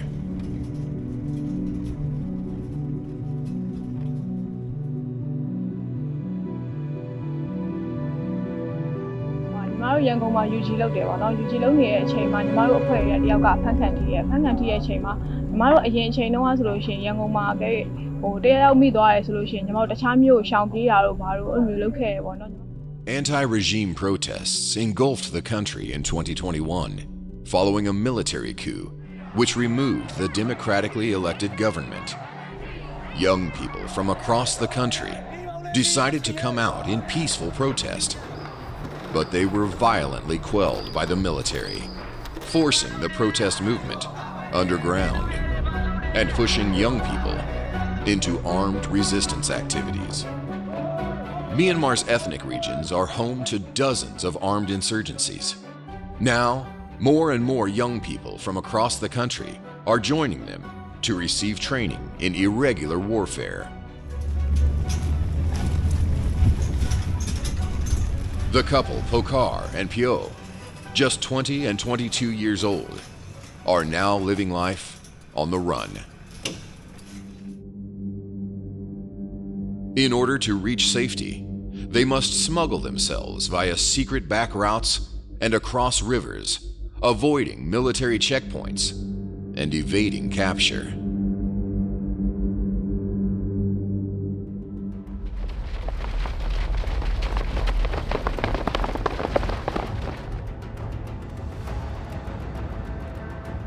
Based on the border of Karen and Mon State, young recruits are at a training camp where they're hoping to join a new guerrilla group.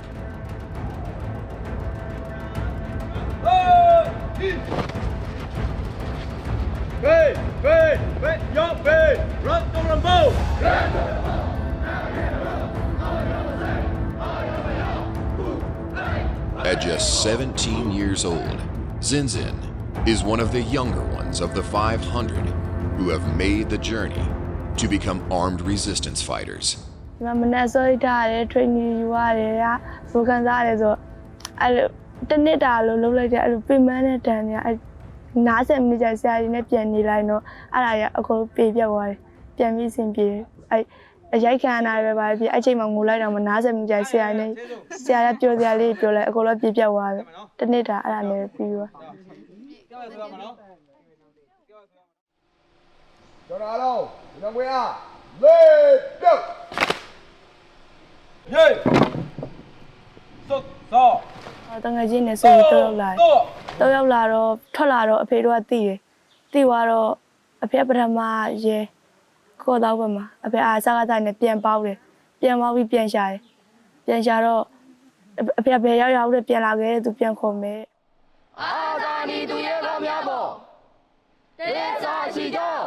Having fled her native village near Kautong, Zinzin, who was just finishing college, has had to quickly become accustomed to the rules of the jungle and a whole new way of living, off-grid and outlawed from her past life.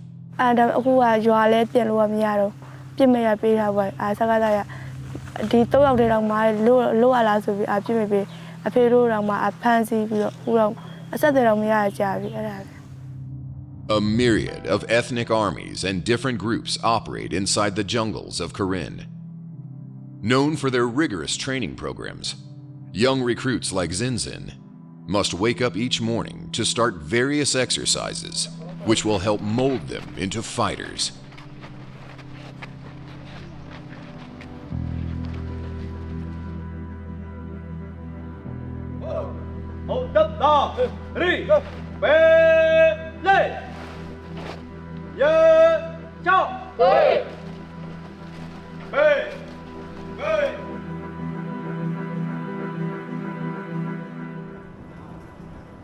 Everything from medicines to guns are transported off-road, avoiding Myanmar's main highways in order to reach people holding out in liberated zones across jungles and mountain ranges.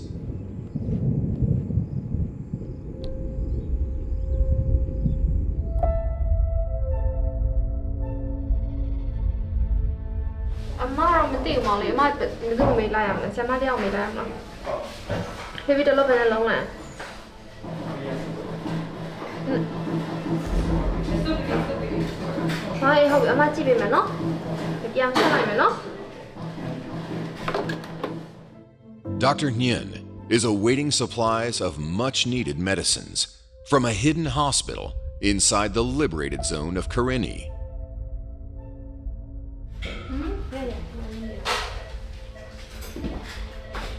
Land down are on your mallet there, your mother there, look for a date or a teacher with the one. I met a diga or mule one, say worry, look at see worry there. Kakari or my one, or my lama yiji dwara, guaro, my life be met the landlani, my yalara muri, yalara kama is by the endi nera muri, and muri lepsi the devono. Dr. Nguyen and her team of volunteer nurses and doctors work tirelessly, treating wounded patients, injured from Myanmar military airstrikes. The same of a pillow de Lumio, Rio de Niama, South Harales, or Diga, Yamarua, Lidang Yang Jaudabono, Lumio, a little gusha, we are doing on Maobono, so ye ne, Dibadema, a chain, Niluluga, lay down the Onje, or Didaria, Dr. Shini, Kataro, lay down the lean ho in our mabe, drone in a lapidam, Rishi, Kataro. Luego shallow Miana and Yamuma, how Tara, Luna Drago, Sound when you go on the movie long choloba.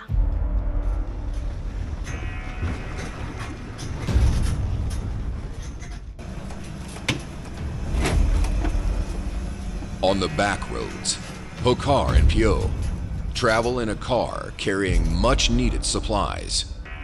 However, weeks of heavy rains are causing havoc on the smuggling routes. 每日啲數好似啲隻數咯，但係嘅表面上အခုပြန်နေတဲ့ချိန်ကလက်တော်လေးကောင်းပြောမှာအကောင်းဆုံးတော့ပြောမှာနော်每日啲數လို့ရှိတော့ဒါကြောင့်ရှင်လမ်းကြီးမှာတပတ်ကြာတာတော့အဲ့လိုမျိုးရှိတယ်ကျိုးဆိုကားပြက်လို့ခြံထားပြီးတော့လမ်းလျှောက်သွားတယ်အဲ့လိုမျိုးလုပ်ရအောင်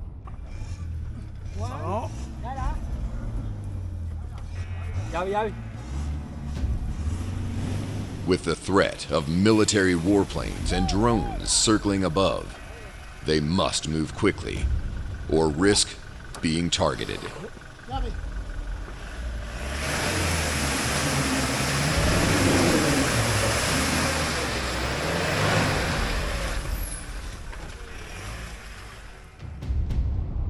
Inside Karenni, hidden in the mountains, young guerrillas are assembling homemade weapons.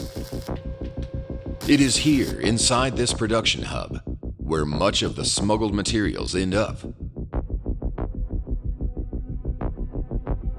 ဒီနေ့ကျွန်တော်တို့ကဖက်ခုံဘက်ပေါ့နော်ဖက်ခုံမိုးပြဘက်မှာစစ်စင်တခုသွားမယ်ဆိုတော့ကျွန်တော်တို့ဒီနေ့15လုံးတော့ပြင်ဆင်ထားတယ် Sue Tun, leader of Karenni's Robin Hood Brigade, helps run the production center. အခက်ခဲကတော့ကျွန်တော်တို့ဒီ materials တွေဝယ်တဲ့အချိန်ကျွန်တော်တို့လိုချင်တဲ့ specs တွေအပြည့်မရအောင်ဆိုတဲ့အခါကျတော့ကျွန်တော်တို့ရဲ့ထုတ်လုပ်လုပ်ငန်းစဉ်မှာအမှားယွင်းတွေ error တွေရှိတယ် In order to prevent the military from attacking the critical transport lifelines of the insurgents, Sue Tun and his brigade must target and destroy the fixed bases of the Myanmar military. ဒီ Robin Hood Missile Production ဖွဲ့ကို2021 ဂျွန်လောက်ထဲကကျွန်တော်စတည်ခဲ့တယ်အင်ဂျင်နီယာအုပ်စုပေါ့ကျွန်တော်တို့အင်ဂျင်နီယာတွေပေါင်းပြီးတော့ကျွန်တော်စခဲ့ကြတာအဲ့တုန်းကကျွန်တော်တို့စဉ်းစားခဲ့တာကတော့ကျွန်တော်တို့ရှိမှလက်နက်ကြီးတစ်စုံတရာတော့ရှိရမယ်လက်နက်ကြီးမရှိလို့ရှိရင်နောက်ပိုင်းမှာကျွန်တော်တို့တော်လှန်ရေးအခက်အခဲဖြစ်နိုင်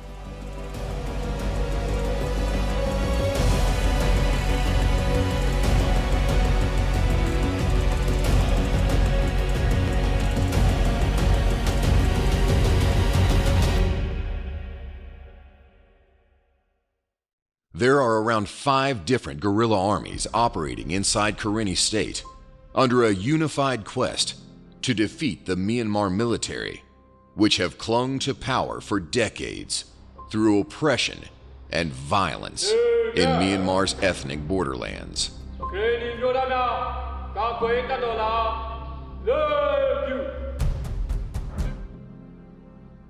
William is a young frontline medic from Battalion 7 of the Karenni National Defense Force.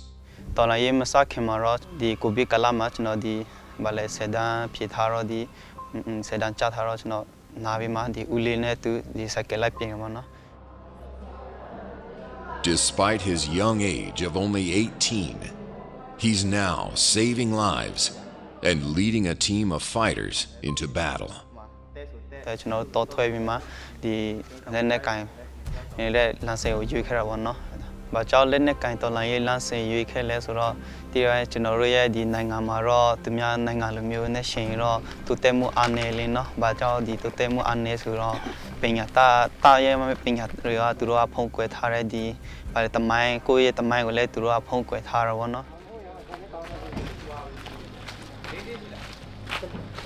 Meanwhile, Dr. Nguyen has a new injured patient to treat.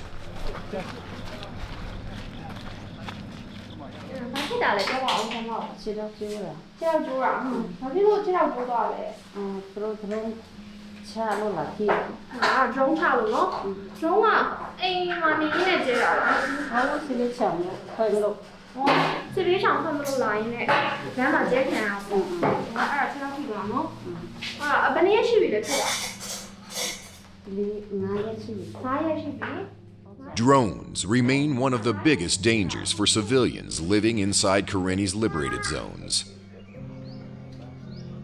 ဒီစေယုံမှာအဓိကကတော့ဒီစစ်ပွဲကြောင့်ဒဏ်ရာရတဲ့လူတွေလက်ခံပေးတယ်နောက်ပြီးတော့တမန်စစ်ဆောင်ပြည်သူတွေပေါ့နော်စစ်ဆောင်ပြည်သူတွေအတွက်လည်းလက်ခံပေးတယ်ပြီးလို့ရှိရင်တော့ပုံမှန်ရိုးရိုးထိခိုက်ရှာနာဒဏ်ရာတွေရတာတွေရှိရဲနောက်နာတာရှည်ယောဂါတွေပေါ့နော်အဲ့ဒါမျိုးတွေပေါ့အဓိကကတော့စစ်ပွဲကြောင့်ဒဏ်ရာရတဲ့လူတွေကိုတော့အဓိကထားပြီးတော့လုပ်ပေးကြပါပေါ့နော်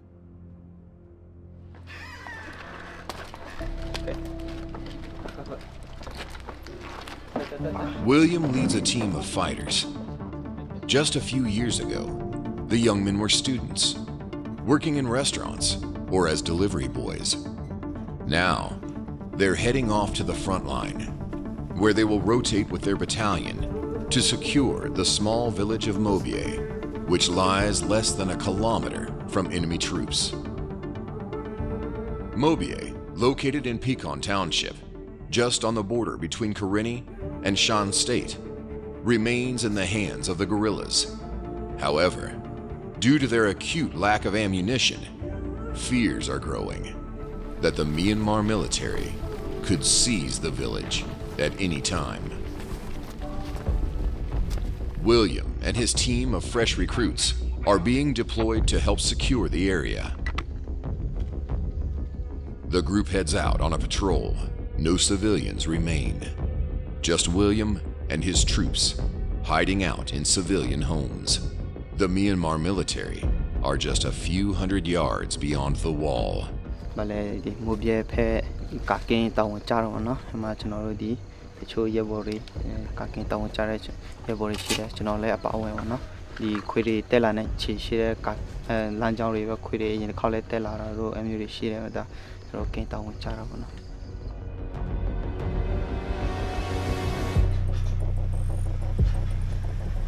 To help weaken the Myanmar military around Mobie, the Robin Hood Brigade are attempting to transport around 20 homemade missiles that they plan to launch against Myanmar military targets.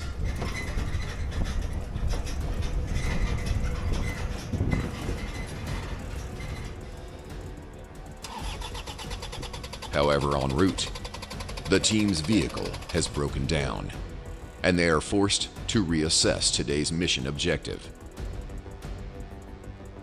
သွားနေတဲ့ပုံစံကတော့ဒီ Robin Hood မှာကကျွန်တော် collective leadership နဲ့သွားပါတယ်ဆိုတဲ့အခါကျတော့ထုံးစံတိုင်း collective leadership ဆိုတော့ညံ့ခွန်အားဆွေးနွေးရတာတွေရှိတယ်တခါတလေမှာအမြင်တွေမတူတာတွေရှိတယ်ပေါ့နော်အမြင်ပြင်နဲ့ကျွန်တော်တို့ဒီပညာရှင်တွေသုံးသပ်တဲ့အပိုင်းတွေနဲ့မတူတာတွေရှိတယ်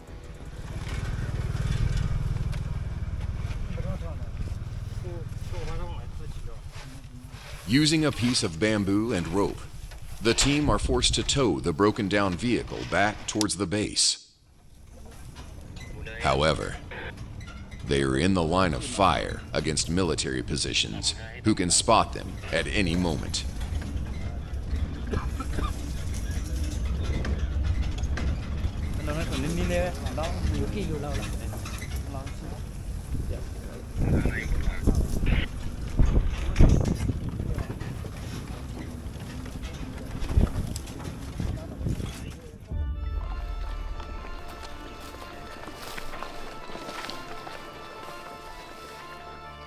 Meanwhile, William and his team are getting nervous. According to a deputy commander, earlier in the day, the military had deployed an attack drone near their position.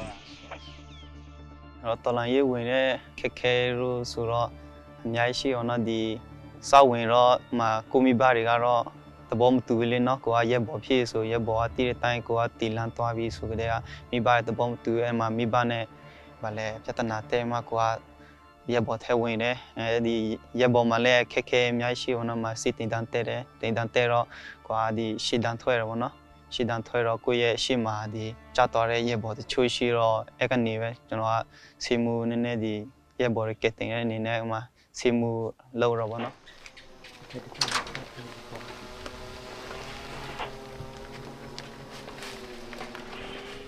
They have spotted a military drone. William and his team must either hit the target or risk giving away their position.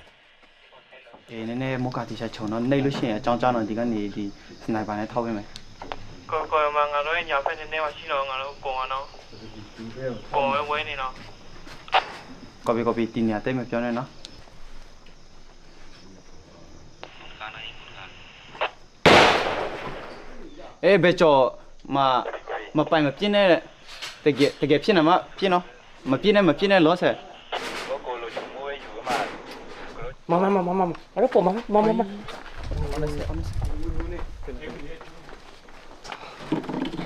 chi pa chare kaung la chi pa chare kaung la mo wa ma be cho chen với chen nó ma piene nó we nói con pin này chỉ là pin này chỉ mà tuổi nó đã mà hậu bu thì trả lại thì trả rồi mà thì trả rồi xem phía nó mà ấy tôi mà phải này info bỏ chi nó bài mà lâu này là cái như là nhau nó không này mà đi ra mà info này phải bỏ chi đấy thế nào vậy ê mà hậu bu khỏe tôi nhanh nhanh chỉ thao đấy mà di lên mà rồi di tay yên tay rồi biết xong rồi mới chịu vào nó là mẹ em nhớ phía cho nó ta khoe tay yên mà rồi lên nè rồi ăn nè đấy mà di cho nó lụi gì nè di lên nè cái rồi di tông bông lao về xí đấy mà nắp bông lao rồi về xí rồi vào nó lên nè mà rồi biết xong rồi mới chịu lao. Drones have become one of the most effective weapons used by the military on the battlefield. Despite not having the vast financial resources of their enemy, the guerrillas are fighting back. With a new generation of tech-savvy students on their side, they are designing and making their own.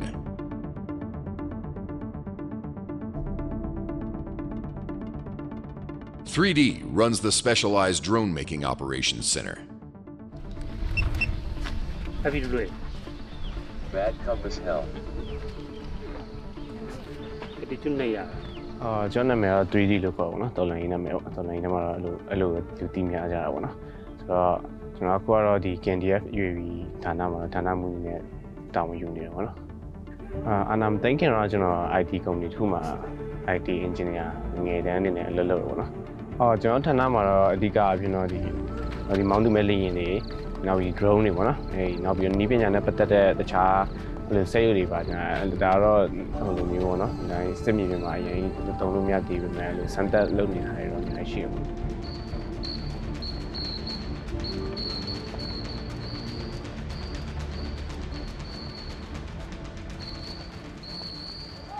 In Karen State, Zinzin must wake up for training at 4 a.m. She is joined by fellow recruits, all of whom have made the deadly journey to get here.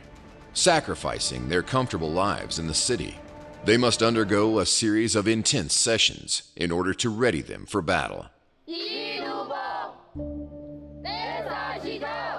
အခက်အခဲတော့တိတ်မတွေ့ဒါပေမဲ့ခါကျရင်ကြာမှသာအကုန်လုံးကတော့လိုက်လုံနိုင်တယ်အကုန်လုံးလည်းမမီအစိမ့်လည်းပြေပါအခုဒီစစ်ကျူပြီးမှာပဲအစားမလို့လည်းအဲ့ဒါပဲခက်ခဲကျန်တာရတော့အဆင်ပြေတယ်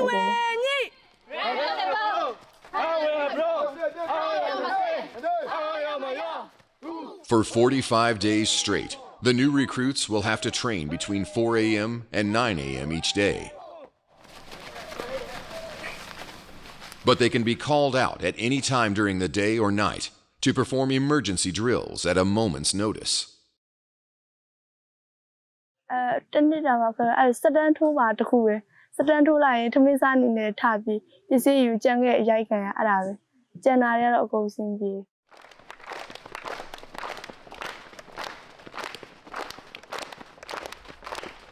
Discipline is drilled into the new recruits. Soon, they will be expected to handle weapons and go on missions to liberate more territory. ဒီပွဲထဲမှာပဲဆက်နေသွားပြီးတော့အကောက်လို့ပြောက်လို့ရမှာအဲ့လိုမျိုးရှေ့ဆက်သွားမယ့်နေရာအခုဆိုတင်တန်းဒီဟာကြီးအခြေခံကြီးပြီးွားခဲ့ရင် drone လို့ပါတော့အဲ့လိုမျိုးဆက်တစ်ခုပြီးတစ်ခုအခြေရရတယ်လို့ဆက်တက်နေဦးမှာတင်တန်းနေဦးအဲ့လိုမျိုးဆက်လုပ်ရမှာပါ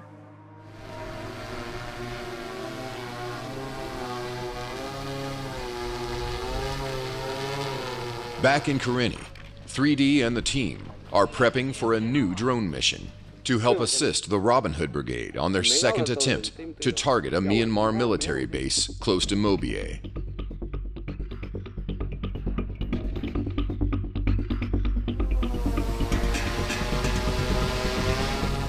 တရားမှုကတော်တော်လေးကြီးမားရပါတော့။တရားမှုကတော်တော်ကြီးမားရကျွန်တော်ဒီ drone တာမပါလို့ရှင်အခုချိန်မှာဘယ်သူမှစစ်မတိုက်ချင်ကြတော့ဘူးနော်။ offensive လောက်တာပဲဖြစ်ဖြစ် defense လောက်တာပဲဖြစ် drone ကတော့မရှိမဖြစ်အရေးပါတဲ့နေရာတစ်ခုမှာပါပါနော်။အော်ကျွန်တော်ထိုးစစ်တွေစောင်းနေဆိုလည်းဒီ drone မပါလို့ရှင်လူကအရင်ထိခိုက်များပါနော်။ပြောမယ်ဆိုရင်ပိဆက်ရတယ်အရင်များပါနော်။ဆိုတော့အဲ့လိုမျိုးချိန်နေပြီးမှကျွန်တော် drone နဲ့သုံးနိုင်လို့ရှင်လူထိခိုက်လည်းနေတယ်ကျွန်တော်အောင်မြင်မှုလည်းမြင်ရပါနော်။အဲ့လိုပဲကျွန်တော် cancel နေထားမှဆိုရင် drone နဲ့မတိုးရဲဘူးနော်။ drone ရှိနေတယ်ဆိုတော့အတိတစ်ခုနဲ့ဆိုတော့ 3D deploys one of his newest drone operatives. It will be R2D2's job to help Swaytoon's missile team locate their targets and obtain the correct coordinates in order for them to strike with their homemade missiles.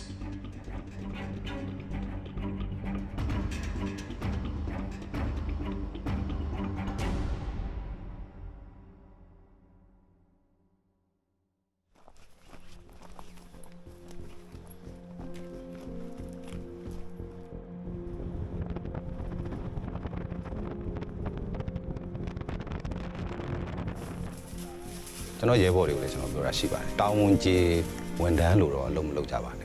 Don't know don't I low up. Mimi Swan like that have Puloma to get down J to the option. So the Harrow, you know you're worried with your generally a loop here, then I don't choose Harrow. One of the reasons why the insurgents are able to set up and flourish in this rugged tribal area is the support and cooperation with the local people.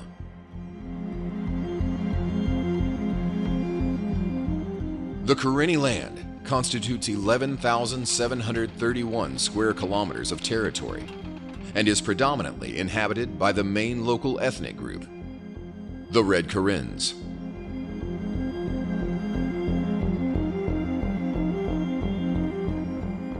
Swaytoon and his team inform the villagers they must vacate the area, readying their missiles for launch, the radius surrounding their position, must be completely cleared of civilians.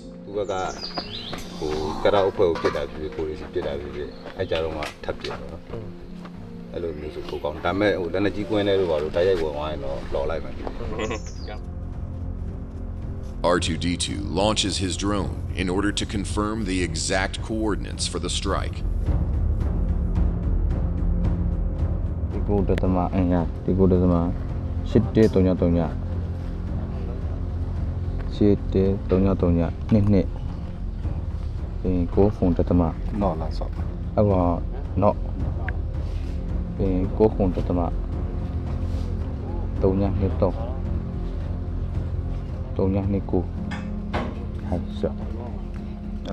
Was like this.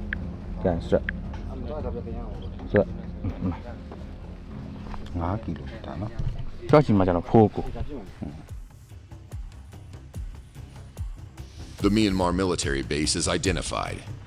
Everything is ready for the launch.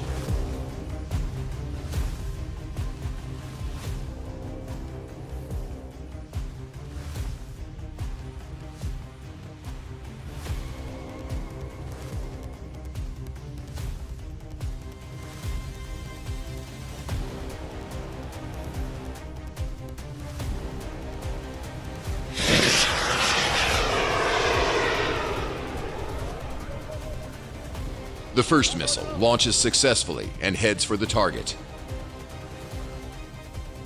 However, the second missile fails and explodes in a farmer's field just a few yards from the launch site. The missile has ignited the field in front. Suetun and his team race over to try to extinguish the blaze before it spreads.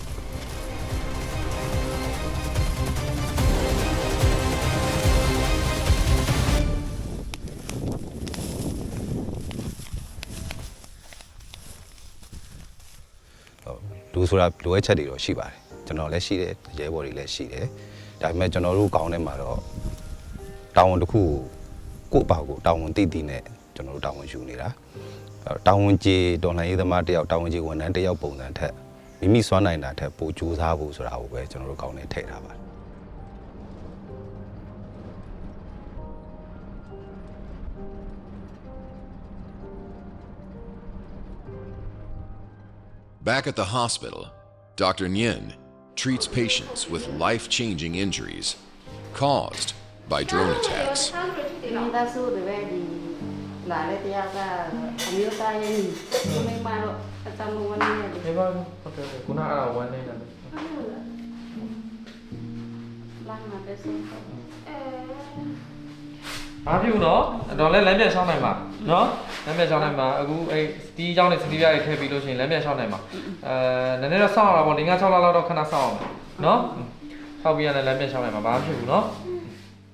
Di se yong yaw da le dai do ma ja de bu po no ma ja de buညီမကအဓိကခွဲခန်းထဲမှာပဲနေတာများပါတယ်အပြင်မလူနာထွက်ပြီးတော့ကြည်တာနည်းနည်းရှားတယ်ပေါ့နော်အဓိကခွဲစိတ်ရမယ့်လူနာတွေအတွက်မေဈေးထုံဈေးပေးတာမျိုးကိုပဲညီမတာဝန်ယူတော့ခွဲခန်းထဲမှာနေရတာပုံများပါတယ်ခွဲခန်းထဲမှာလူနာလာထခွဲစိတ်ရမယ့်လူနာမရှိတဲ့နေ့မျိုးဆိုလို့ရှိရင်တော့ညီမအပြင်ပေါ့နော်အပြင် ward လူနာအဆောင်တွေကိုလိုက်ခဲ့ပေးပါတယ်ပေါ့နော်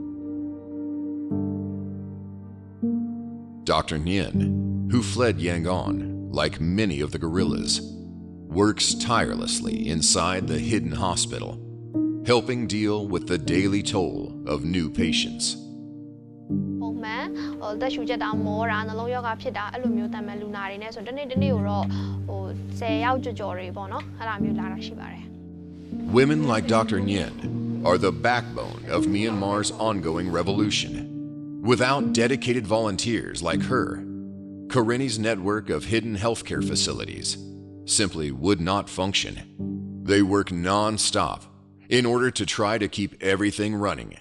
နောက်အဲ့လိုဆက်ပစ္စည်းတွေပြတ်သွားတဲ့အခါမျိုးဆိုရင်တော့ပိုဆိုးတာပေါ့အဲ့မှာမှကိုယ်တွေပြင်လို့ရမလားဆိုရင်ဒီကစီနီယာအကိုတွေသူတို့ပြင်ကြည့်တယ်လုပ်ကြည့်တယ်ပေါ့နော်မရတဲ့အခါမျိုးကြလို့ရှိရင်လည်းဒီဆက်ကိုဘယ်ကနေပြန်မှားမလဲပေါ့နော်အခါတလေကြရင်အဓိကအောက်ဆီဂျင်ပေါ့နော်အောက်ဆီဂျင်တွေနည်းနေတာမျိုးတွေအဲ့လိုခွဲစိတ်ခန်းလုပ်ဖို့အတွက်အောက်ဆီဂျင်အရေးတကြီးလိုအပ်တဲ့အောက်ဆီဂျင်နည်းနေတာမျိုးတွေအဲ့ခါကြလို့ရှိရင်လိုက်ရှာရတာတွေပေါ့နော်အဲ့လိုအခက်အခဲတွေကတော့အများကြီးရှိပါတယ်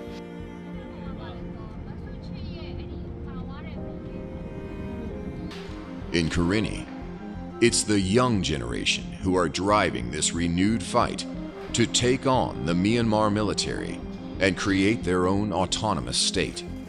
At just 32 years old, General Maui is one of the leaders of the Karenni Nationalities Defense Force, KNDF.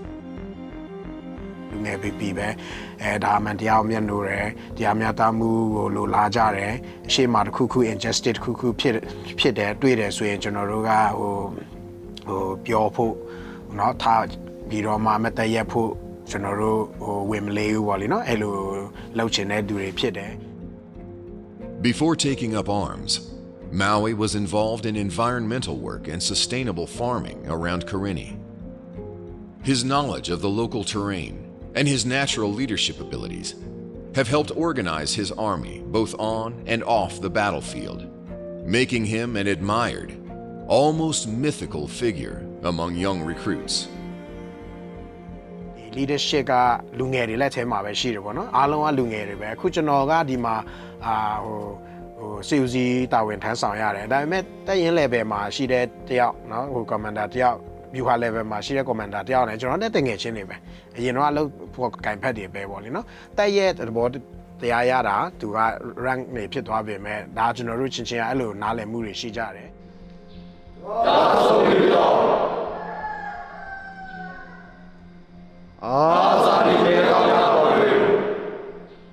Across Myanmar's ethnic borderlands, it's not just the dangers of armed conflict the guerrillas must cope with.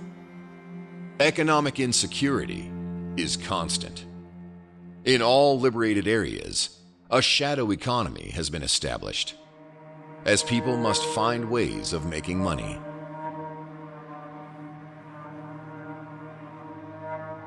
Guerrillas must come up with their own ways of earning a basic income to support themselves and support their revolution.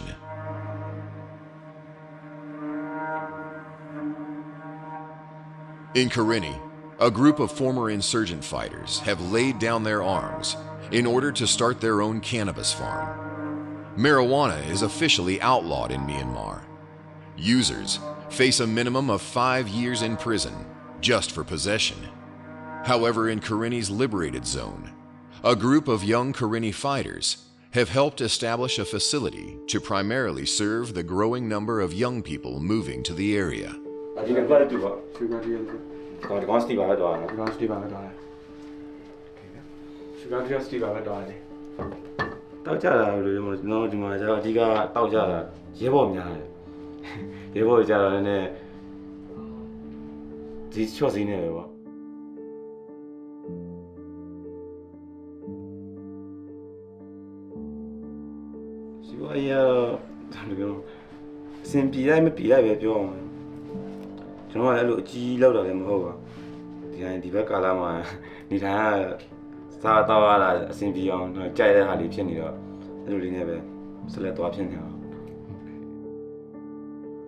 Damya's farm allows the fighters to make enough money on the side to support themselves.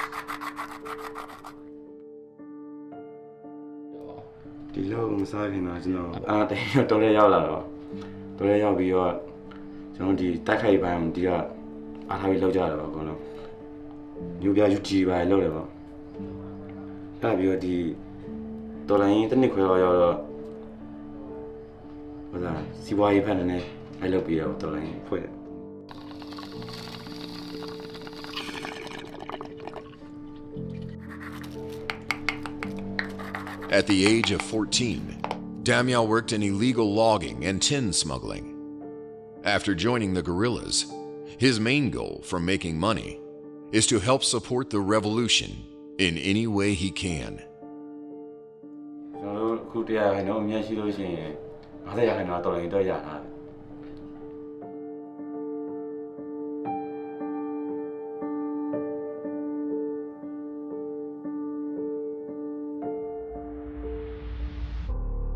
In the ethnic regions of Myanmar, its remote highlands and temperate climate have long made it a key drug-producing region.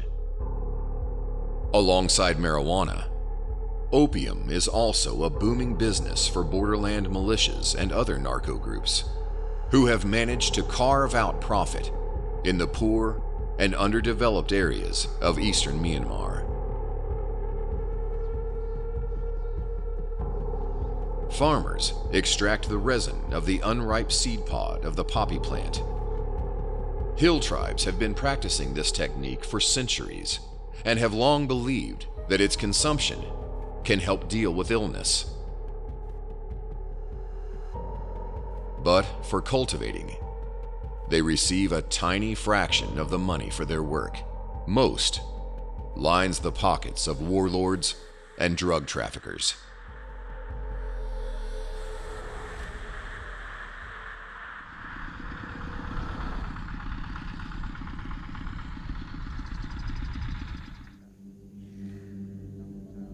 One of the jobs of the resistance authorities in the newly liberated zones of Karenni is to conduct anti-narcotic missions and stop and search suspicious individuals traveling into their zone of control.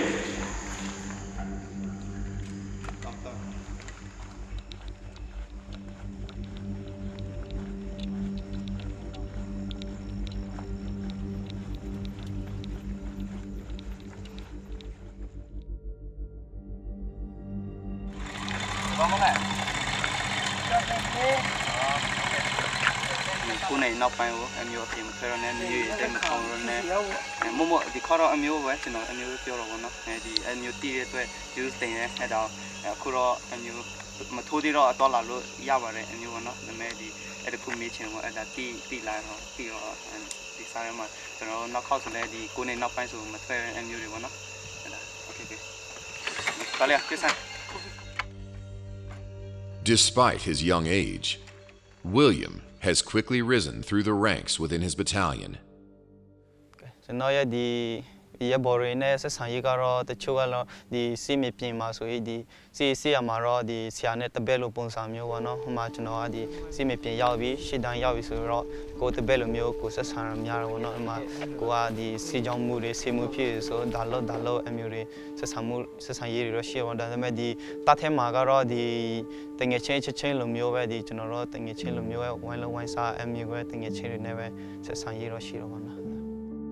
The next day, William and his battalion gather for a special day of remembrance.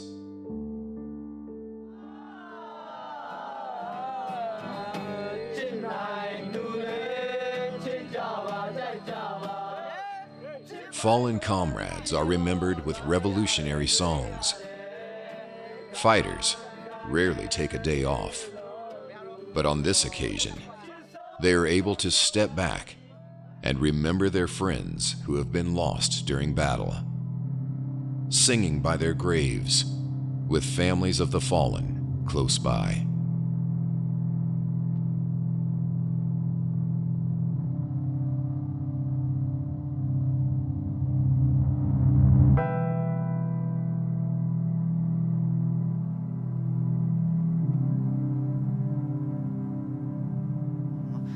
The chisel thing, a chin, they are a married tea on the medicaro, a miapi, the gong, Nama the chetiro, and Malay teach a pay, the teach a low in law, Ballet, to take and I one of the me, Genoa, the Achaya Bole, Kuniaro, the two Jimmy, and the Tane Inaya one of the cause.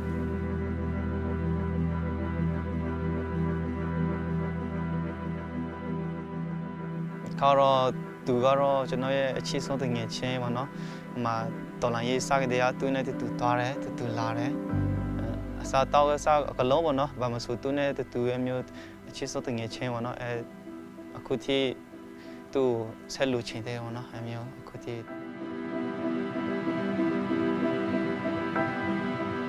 သူလူချင်း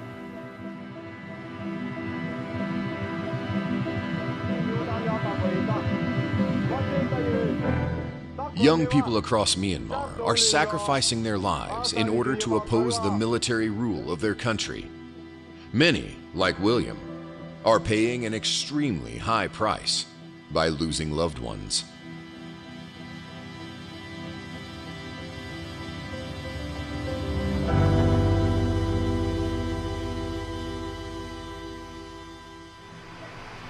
Dr. Nguyen is someone who knows all too well about personal sacrifice.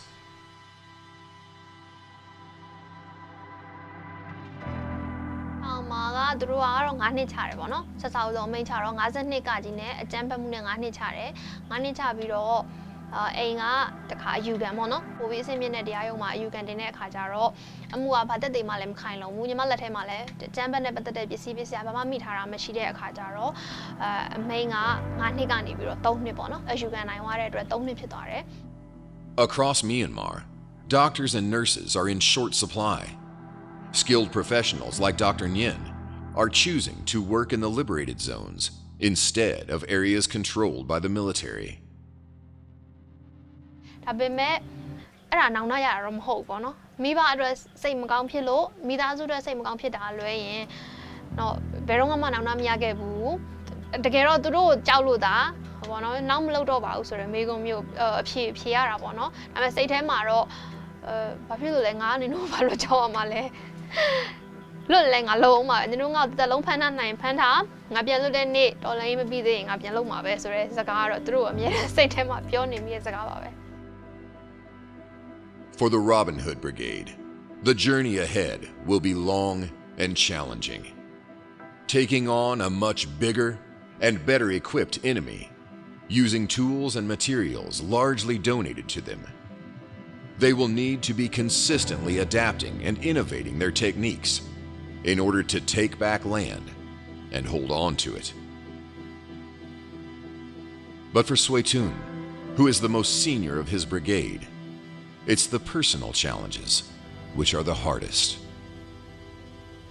လက်နက်ကိုင်တော်လှန်ရေးလုပ်မယ်ဆိုတဲ့အချိန်မှာနေတူဝါပေါ့နော်နေတူဝါအခက်အခဲတွေရှိမယ်ဆိုတော့မျှော်လင့်ပြီးသားပါတခြားရဲဘော်တွေလည်းဒါတွေကိုကြုံတွေ့ရတာပဲဆိုတော့ကျွန်တော်တို့တော့မခက်ခဲပါဘူးအလေးအကျင့်ဖြစ်အောင်တော့လုပ်ယူခဲ့ရတာပေါ့အလေးအကျင့်ဖြစ်အောင်လုပ်ယူခဲ့ရတယ်အခုတော့အိမ်ကိုမနေရတော့ဘူးပေါ့ဆိုတော့မိသားစုနဲ့မနေရတဲ့ပြဿနာမှာဘယ်အချိန်တွေမှာအဆိုးဆုံးလဲဆိုတော့နေမကောင်းတဲ့အချိန်နေမကောင်းတဲ့အချိန်မှာတော့အမေကိုတန်းတာတယ်နောက်သမီးလေးကိုတတိရတယ်ပေါ့ဗျာ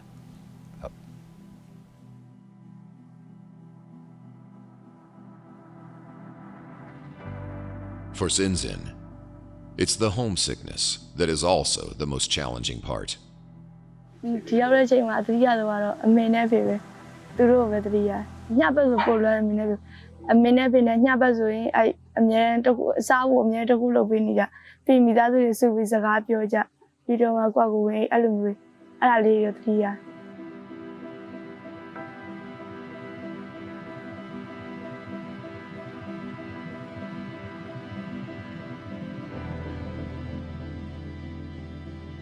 William, along with his comrades, will fight on in their new roles as guerrilla fighters, defending the liberated zones of Karenni for future generations.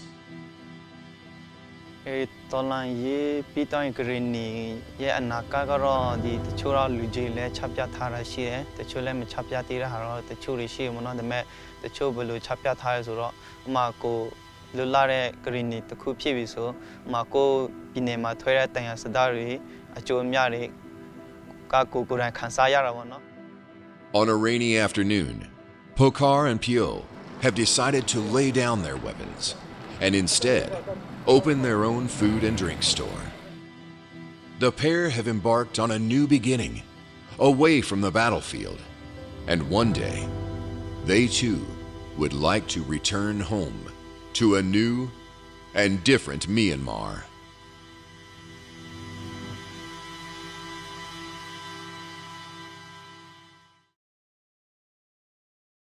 Brazil contains an estimated 60% of the Amazon rainforest, the world's largest and most important tropical biome, which straddles 9 countries across Latin America.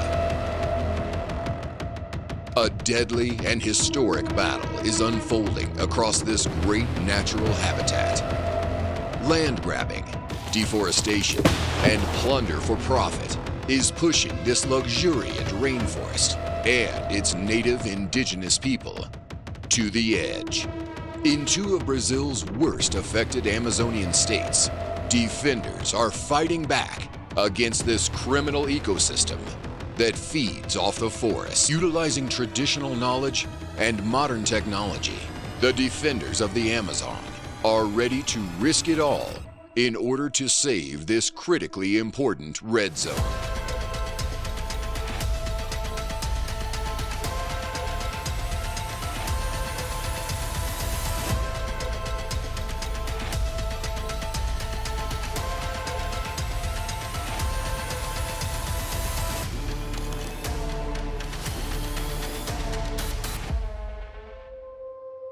In Maranhão State, on the eastern edge of Brazil's Amazon basin, only 20% of its original forest cover remains inside protected indigenous territory. In Araiboia Reserve, home to the Guajajara tribe, illegal invasions by loggers are a constant threat.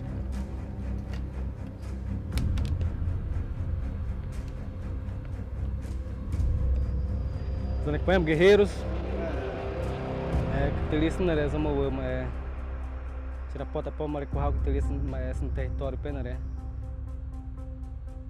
Made up of around 25 volunteers, the Guardians of the Forest, an indigenous environmental group from the reserve, have organized themselves under the leadership of Marçal, who works as the chief coordinator.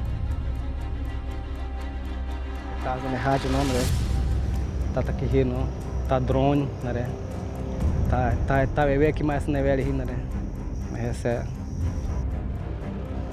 foi que mais saco por bem nessa né? O caçador, né? O madeireiro, né? A mulher nessa janete qual de pé, né? West of Maranhão, in the state of Pará, long regarded as having some of the worst rates of deforestation in Brazil. An ambitious state-backed operation by the name of Curupira is unfolding in an attempt to break up a criminal economy centered on deforestation. Tobias Brancher leads this morning's briefing.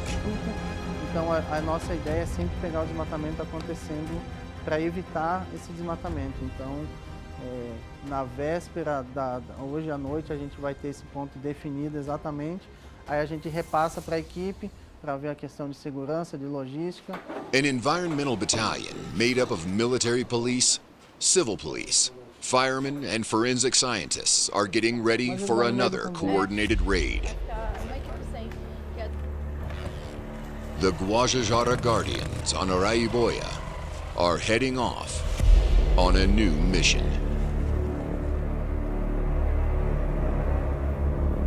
Severely lacking adequate funding and equipment, the men arm themselves with hunting rifles and use old motorbikes to reach their targets, hidden deep in the forest. Para nós guardiões,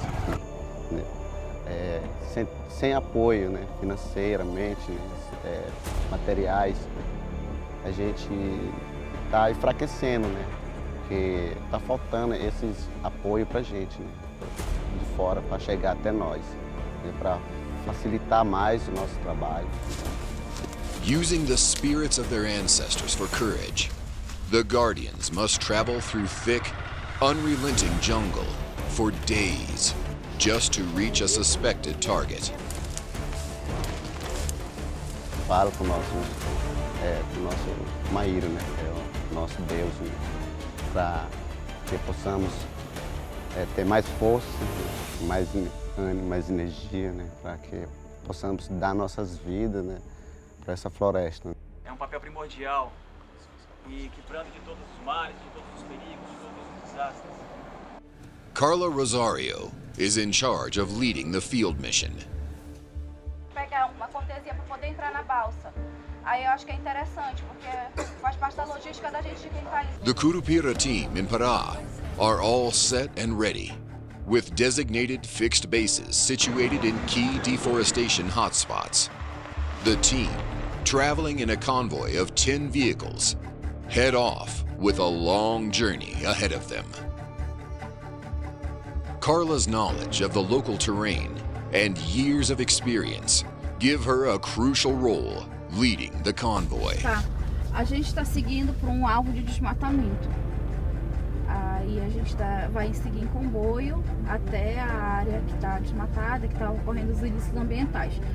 In Pará, land clearing for illegal cattle ranching is responsible for destroying massive swaths of rainforest.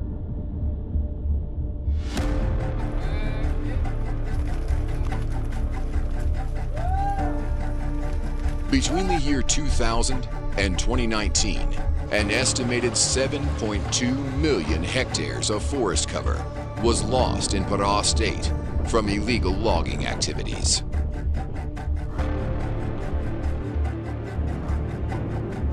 Da localização, os pontos são bem distantes, mas a gente consegue vir desempenhando um trabalho de redução do desmatamento dentro de todas as bases que estão fixas, um bom resultado. Os índices de desmatamento vêm reduzindo, as equipes tanto da Segup quanto a SEMAS e contínuo, porque a gente rende a equipe que está aqui, é uma base que continua. Since Operation Curupira began in 2023, it has helped reduce deforestation by more than 50% in the state of Pará. With the help of drones and satellite mapping, the team carries out their surveillance.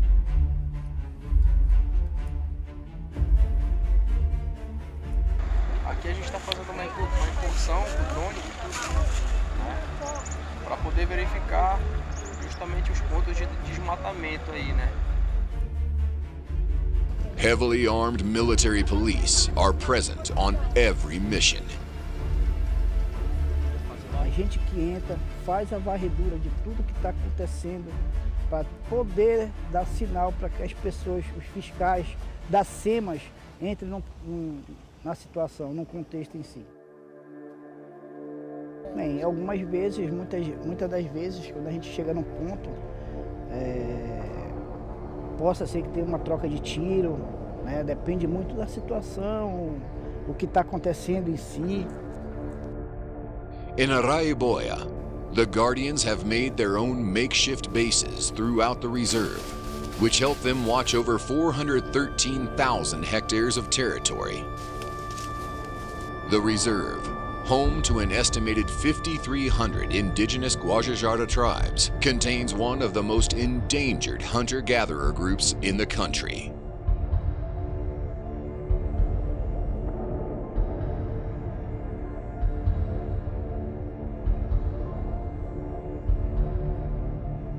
E proteção territorial, é isso, né?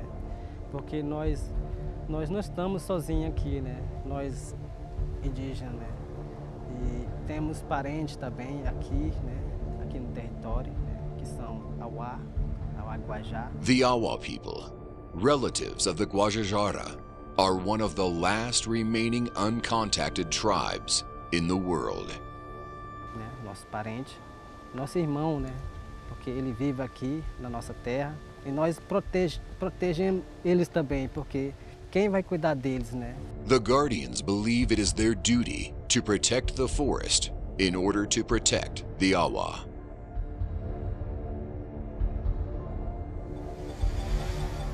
From clearings in the canopy, Marçal launches a drone in order to look for suspicious activity.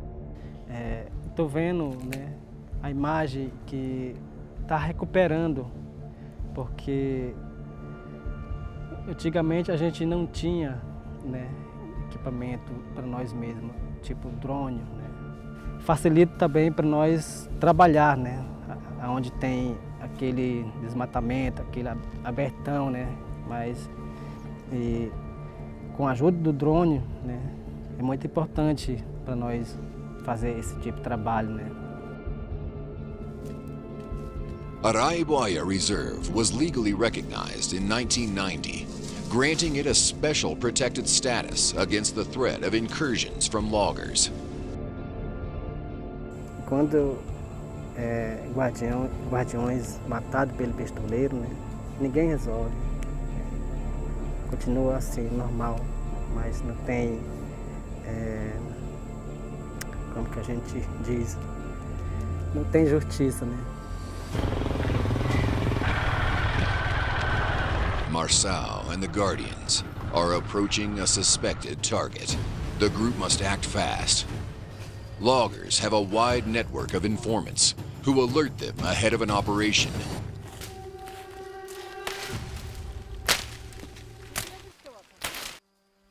Quer nos matar porque nós impedimos, né, a entrada deles, né? Porque ali eles estão roubando.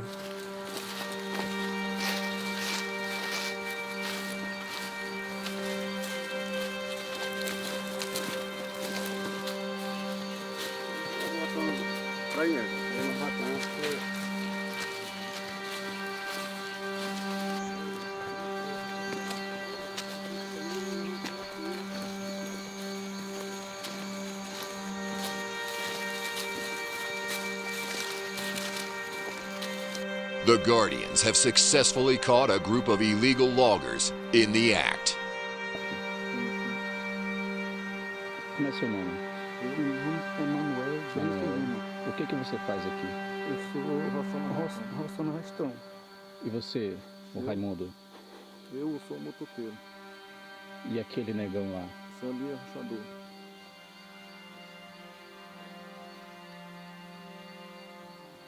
Por quanto você roça? Pago por dia. Quanto é a diária? Diária, 40. E você, motoqueiro? Eu? Produção, o motor é meu mesmo. Quanto é o valor? O valor da minha diária? Isso. 150. E outro lá? Ele ali é pro Estado, pago. Quanto é? 1,40. The Guardians uphold non-violent methods when confronting loggers. Só pense em dinheiro, né? Mas ali está matando a mãe terra, está ferindo o pulmão, né, do nosso planeta. Confessa, porra! Criminoso da ave, sei que eu sou. Tu não é um criminoso, tu não está matando a vida, destruindo a vida, pois tu é criminoso. Só porque não é uma vida humana, tu pensa que isso aí não é um crime? Crime só matar um ser humano, é? Não, mano. É não, tu sabe, guerreiro, por isso que eu não tô acreditando muito na conversa, tu é mentiroso. Não.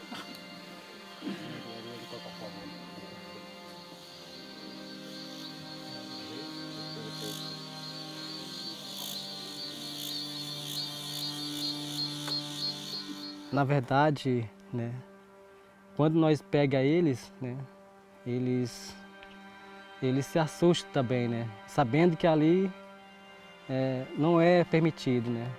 Sabendo que lá é proibido, né? Mesmo assim, quebra, né, nossas regras. Back in Pará, the operation's progress is being hindered. Traveling off-road in the convoy, carrying excess equipment, is proving difficult on the rough, treacherous roads.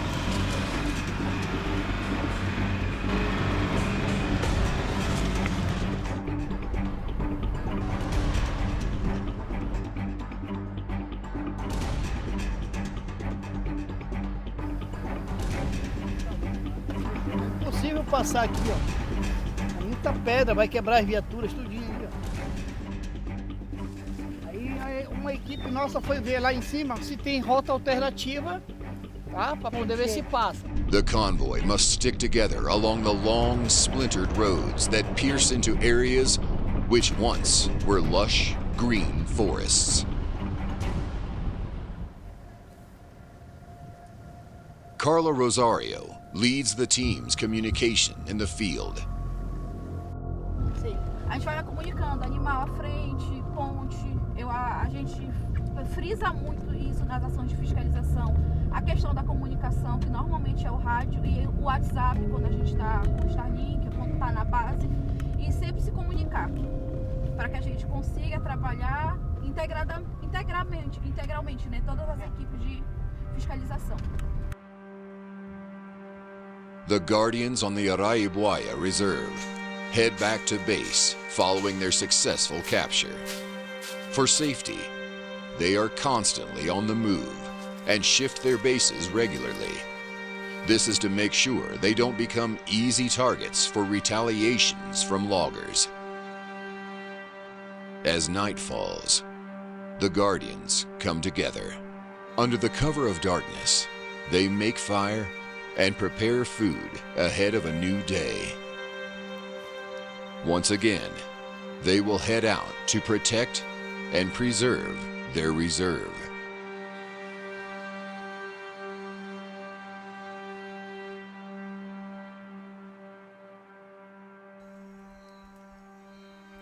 After a long, cold night, where temperatures can drop around 15 degrees Celsius, the team packs up and gets ready for a new mission.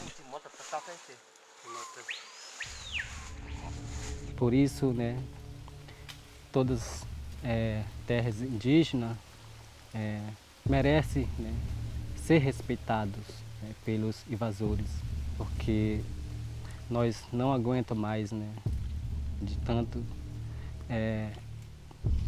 de destruição de floresta, né? Nós não queremos isso. Having been on the road for over 5 hours, the Curupira convoy must reach their target before dusk. They only have 2 more hours before they need to start heading back. The team have hit an obstacle. A gente veio. A gente só queria tentar pegar por trás do desmatamento. Ah, entendi. Pra gente não chegar como todo mundo chegou. Todo mundo chegou pelo mesmo lado e não conseguiu avançar, nem teve sucesso. Ah, sim. Aí a gente tentou essa abordagem alternativa para ver se a gente conseguia. Por isso que a sim, gente tá... É mais viável, eu acho que é mais viável por ali. Não é não? Lá você foi por lá? Não passa a BTR? Abre, passa aqui. Faz aí, puxa com a fita, eu tenho a fita lá. Ou faz com cabo. É mais viável que isso.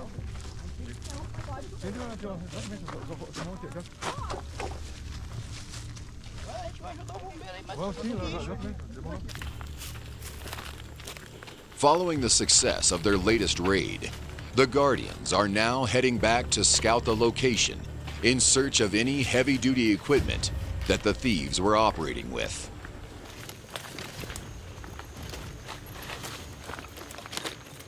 The team uses the same trails to reach the site where the loggers were operating from.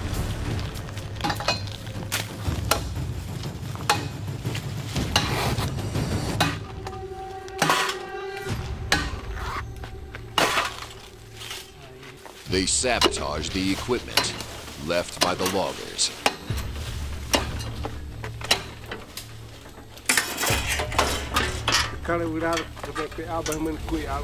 By destroying and burning the equipment, the Guardians can help close down the thieves' field operations and prevent them from returning in the future.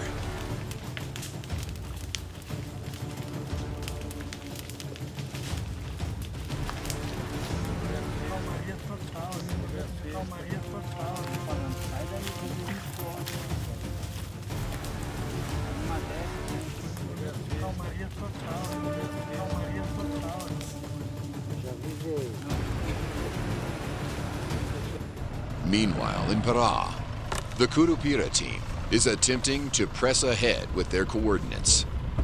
Large-scale financiers and facilitators of illegal logging operations are their main focus.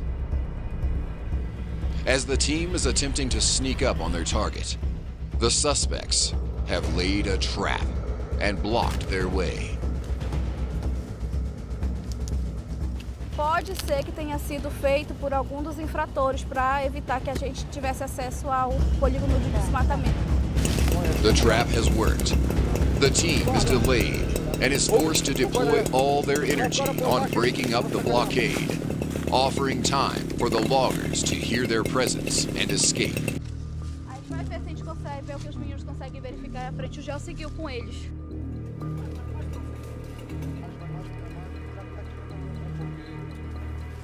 A property believed to be housing a sawmill is just a few kilometers away.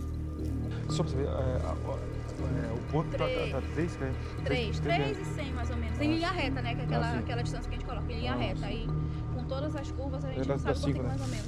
Isso. Aí, para ir andando, só que eles questionaram, dá pra gente ir andando? A gente colocar 3 km para ir andando, cerca de 1h30, dependendo do trecho. Mais 1h30 para voltar, 3 horas. Já não é mais viável a gente seguir a pé, porque ainda tem um retorno. Aí levaria cerca de 7 horas pra gente voltar. Sim. The team is running out of time.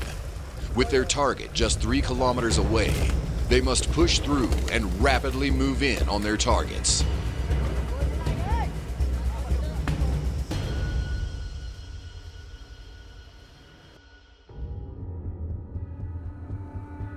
Back at their designated fixed base, Curupira's operations team is inside the satellite truck, where Tobias Brancher helps coordinate the day's operations.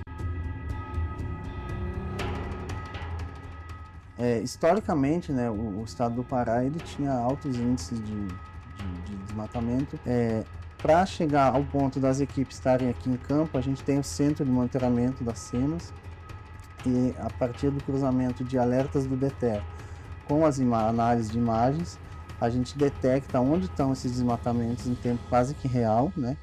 E aí passa essa informação aqui para a central, que a gente tem os equipamentos. Então, muitas das vezes a equipe que não sabe para onde vai amanhã ou depois, porque a gente ainda está analisando para tentar chegar em tempo real.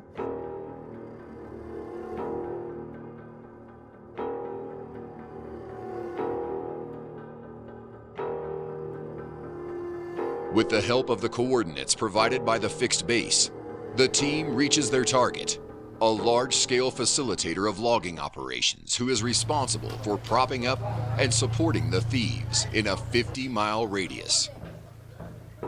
Essa motosserra aqui, ó. Eita, essa motosserra aí, eu acho que...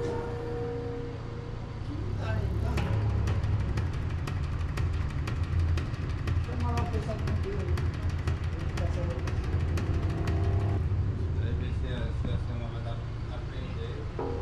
Eu acho que ela chegou. Não funciona, ela deve estar destruída. Tem que ver qual é o procedimento da SEMA, né? A gente não sabe se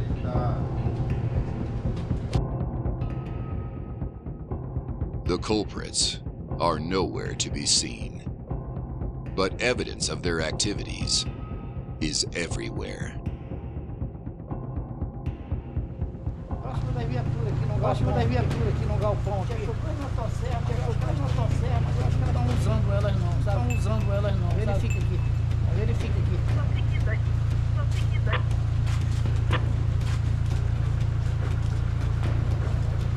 Carla and the team are heading back to base, despite not catching the culprits who fled the scene before the Curupira team arrived. A gente veio na finalidade de encontrar essa sede para ver se encontrava o responsável pela atividade ilícita da área, né, do arredor dela, e também quem estava financiando essas atividades.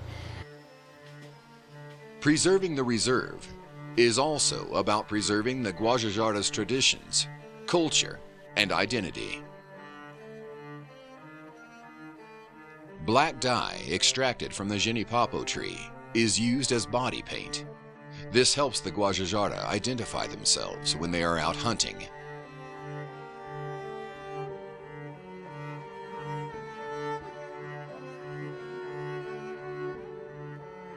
Como ele está pitando, né? Esse tinta representa muita coisa, né? É sagrado. Ele está botando em mim agora, né? A gente está aqui no centro da mata. A gente vai entrar, né? Caçar. Ele está botando tinta que os irmãos Auá que estão aqui dentro do nosso território, né? Não tão longe. A gente andar por aí, caçar.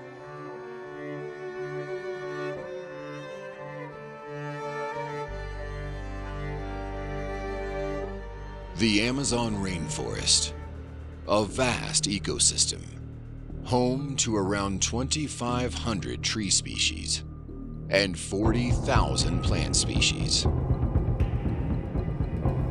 The rainforest offers the Guajajara a ready supply of food and medicine all year round. The tribe believes that different species of trees and plants offer different cures for illnesses and has cherished these beliefs and traditions for centuries. Esse pé de árvore aqui, se a gente fica dor de barriga ou caganeiro, né, diarreia, tem esse aqui, o cara tira, rapa aqui um pouquinho, tira aqueles cafinhos, bota dentro da água e beba. Ele passa aquele dor de barriga.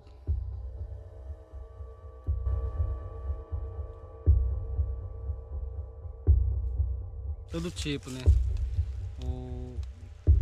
Tem isso aqui serve para verme, para o corpo, né? Serve também na ferida. Thousands of rare species of animals live throughout the dense jungle.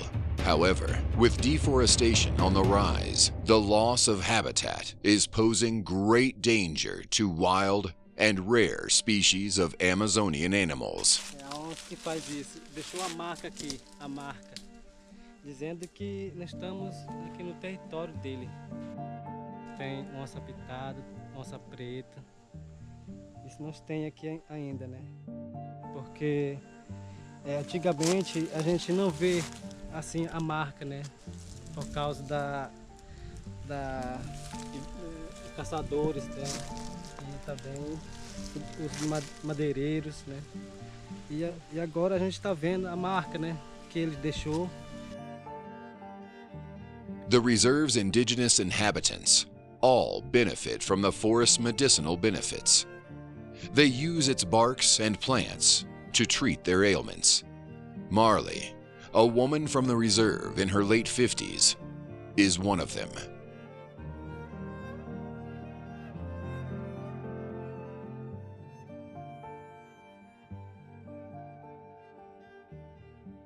Aí vão, tira para... Porque não tinha remédio, né? De primeira a gente não tinha remédio, não tinha médico pra gente. Aí tem que... Nós ia caçar remédio medicinal pra gente tomar, né? Quando dava febre, aí tinha que caçar uma casca de procurar pra gente tomar, né? Para febre, para vômito, dor de cabeça. Tem remédio para febre, medicinal, para de dor de barriga, tem.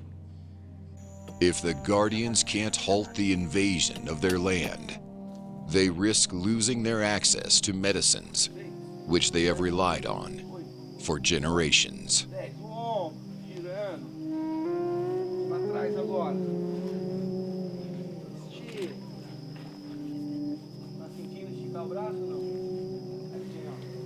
Se eu não fazer isso, né, fazer esse trabalho, né, eu sei que eu tenho medo também de fazer esse trabalho, né, mas não tem outra pessoa que assuma o meu lugar, né, mas eu estou aqui, né, fazendo esse trabalho, né, esse trabalho que é muito importante para mim e para o meu povo também, né. Meanwhile, the team is off on a new mission. They have heard that suspicious activity has been reported in an area close to their base.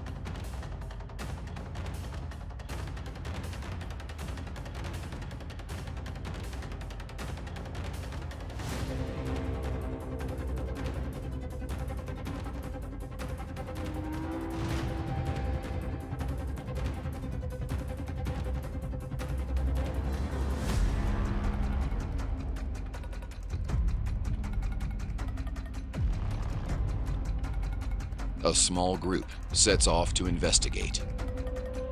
Threats and invasions are constant. Each day, the Guardians must respond to a new incursion. Por isso, né, o trabalho nosso, né, dos guardiões aqui é pela vida, entendeu? Tentar garantir o futuro melhor, né? E sem a floresta não há vida, né? Sem a terra, né? Sem a moradia, para nós não existe vida. Eu acho muito importante porque é do ar que a gente vive, né, da floresta, né? Nós temos que ter esse ar. The Guardians managed to find leftover fuel from an abandoned digger, which has been discarded by the loggers.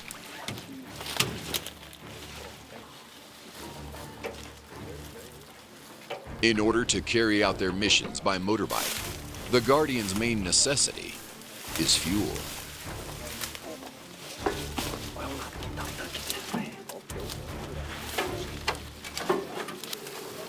When they can, the team travels by foot, but with miles and miles of dense jungle to protect, most operations require transport, which is an expensive and difficult resource for them.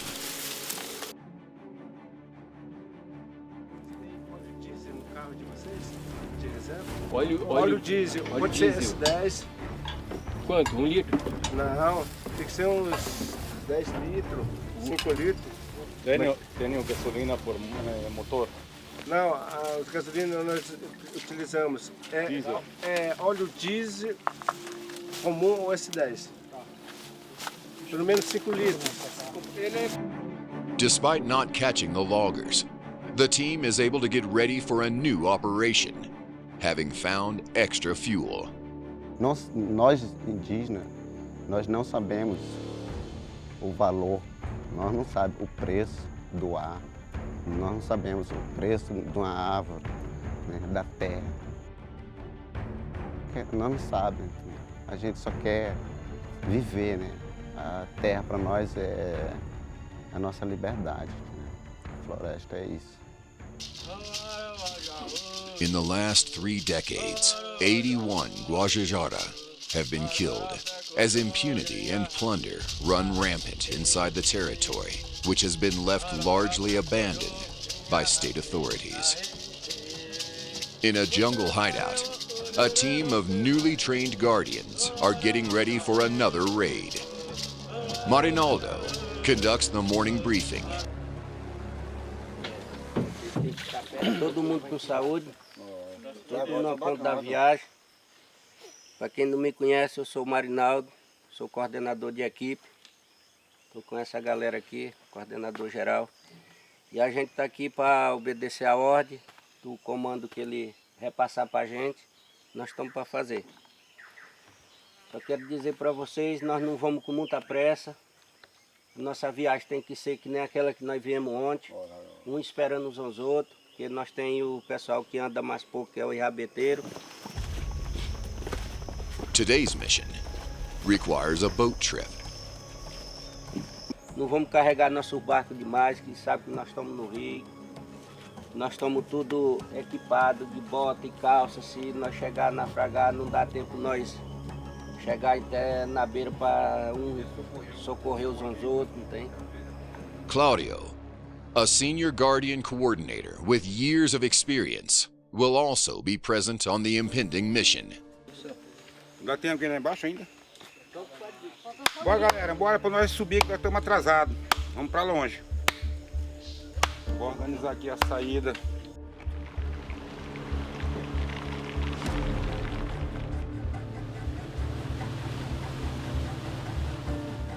The group set off. Boat missions require more planning and more logistical support. Fuel is expensive, so the Guardians must act with precision and efficiency.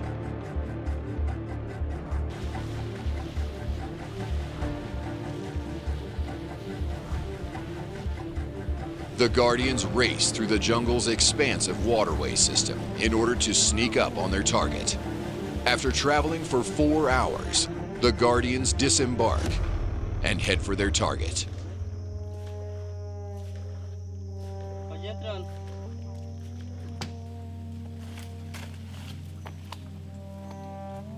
A trail of destruction has been left where the loggers' camp was.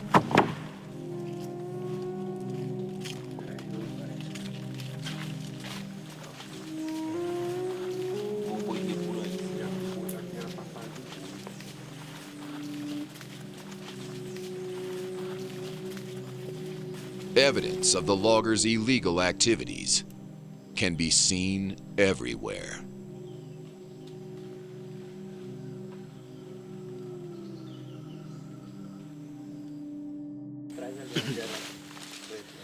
Nós vamos ver lá. Tinha outra entrada mesmo lá atrás. Tinha ali. Nós vimos pra cá e tem lá.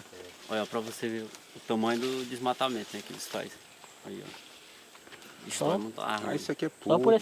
Só por essas pestes aí, ele destrói um bocado. Então são coisas que a gente só derriba uma madeira e mata outras ao redor. Uma árvore centenária.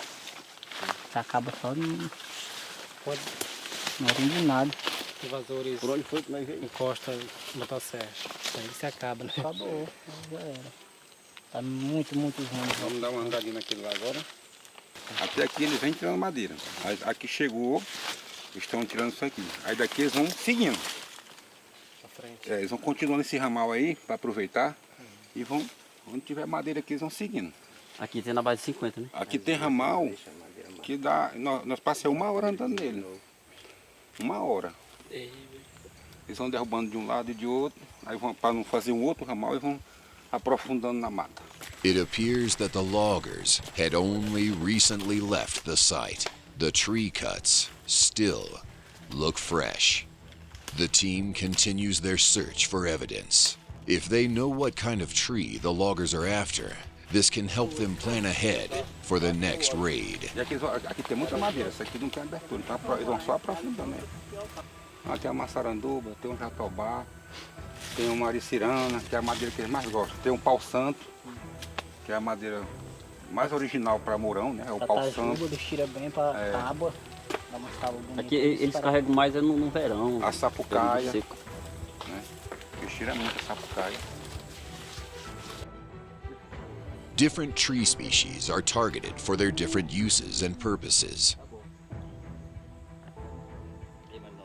The sapukaya tree, which can grow up to 35 meters, is commonly targeted for its strength and durability, popular in the construction industry. Loggers use an elaborate network of pathways that expand deep into the forests. The Guardians scout the area, looking for any further evidence they can collect.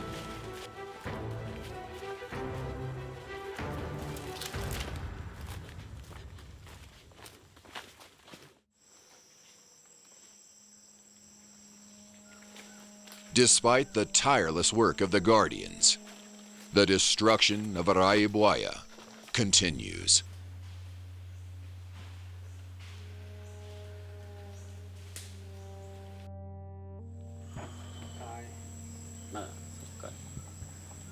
É triste, viu? E os guardiões na luta.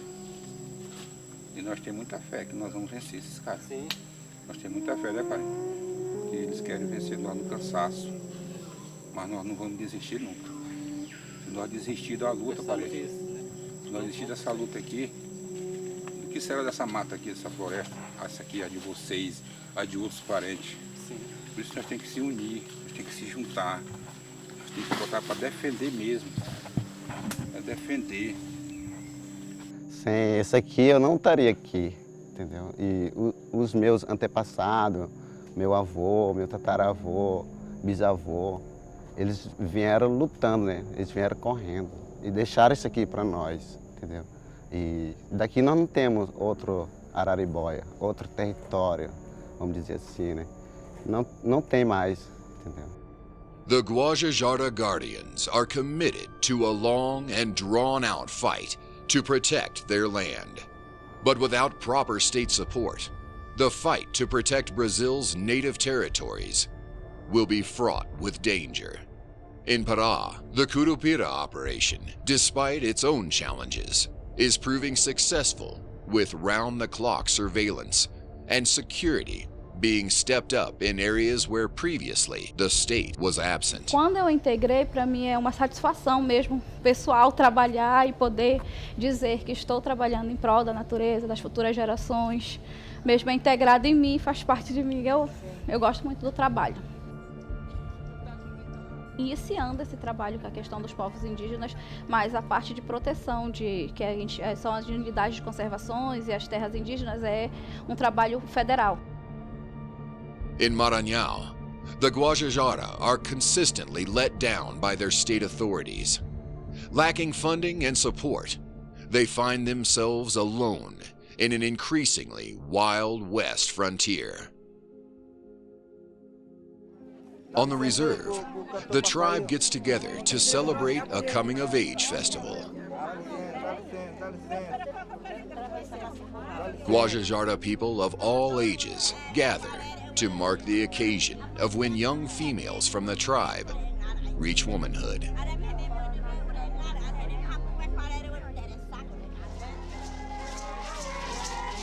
Singing, dancing, and the sacrifice of animals, the tribe's elders gather to embrace the spirits of their ancestors and pass on these traditions and belief systems to the next generation. Eu quero ver meus filhos crescer aqui. Eu quero ver a minha cultura sendo levada adiante. Eu quero ver a minha pintura sendo usada aqui. De ter essa coragem de trabalhar, né? De fazer monitoramento aqui na nossa terra, né? É isso, a liberdade não tem preço.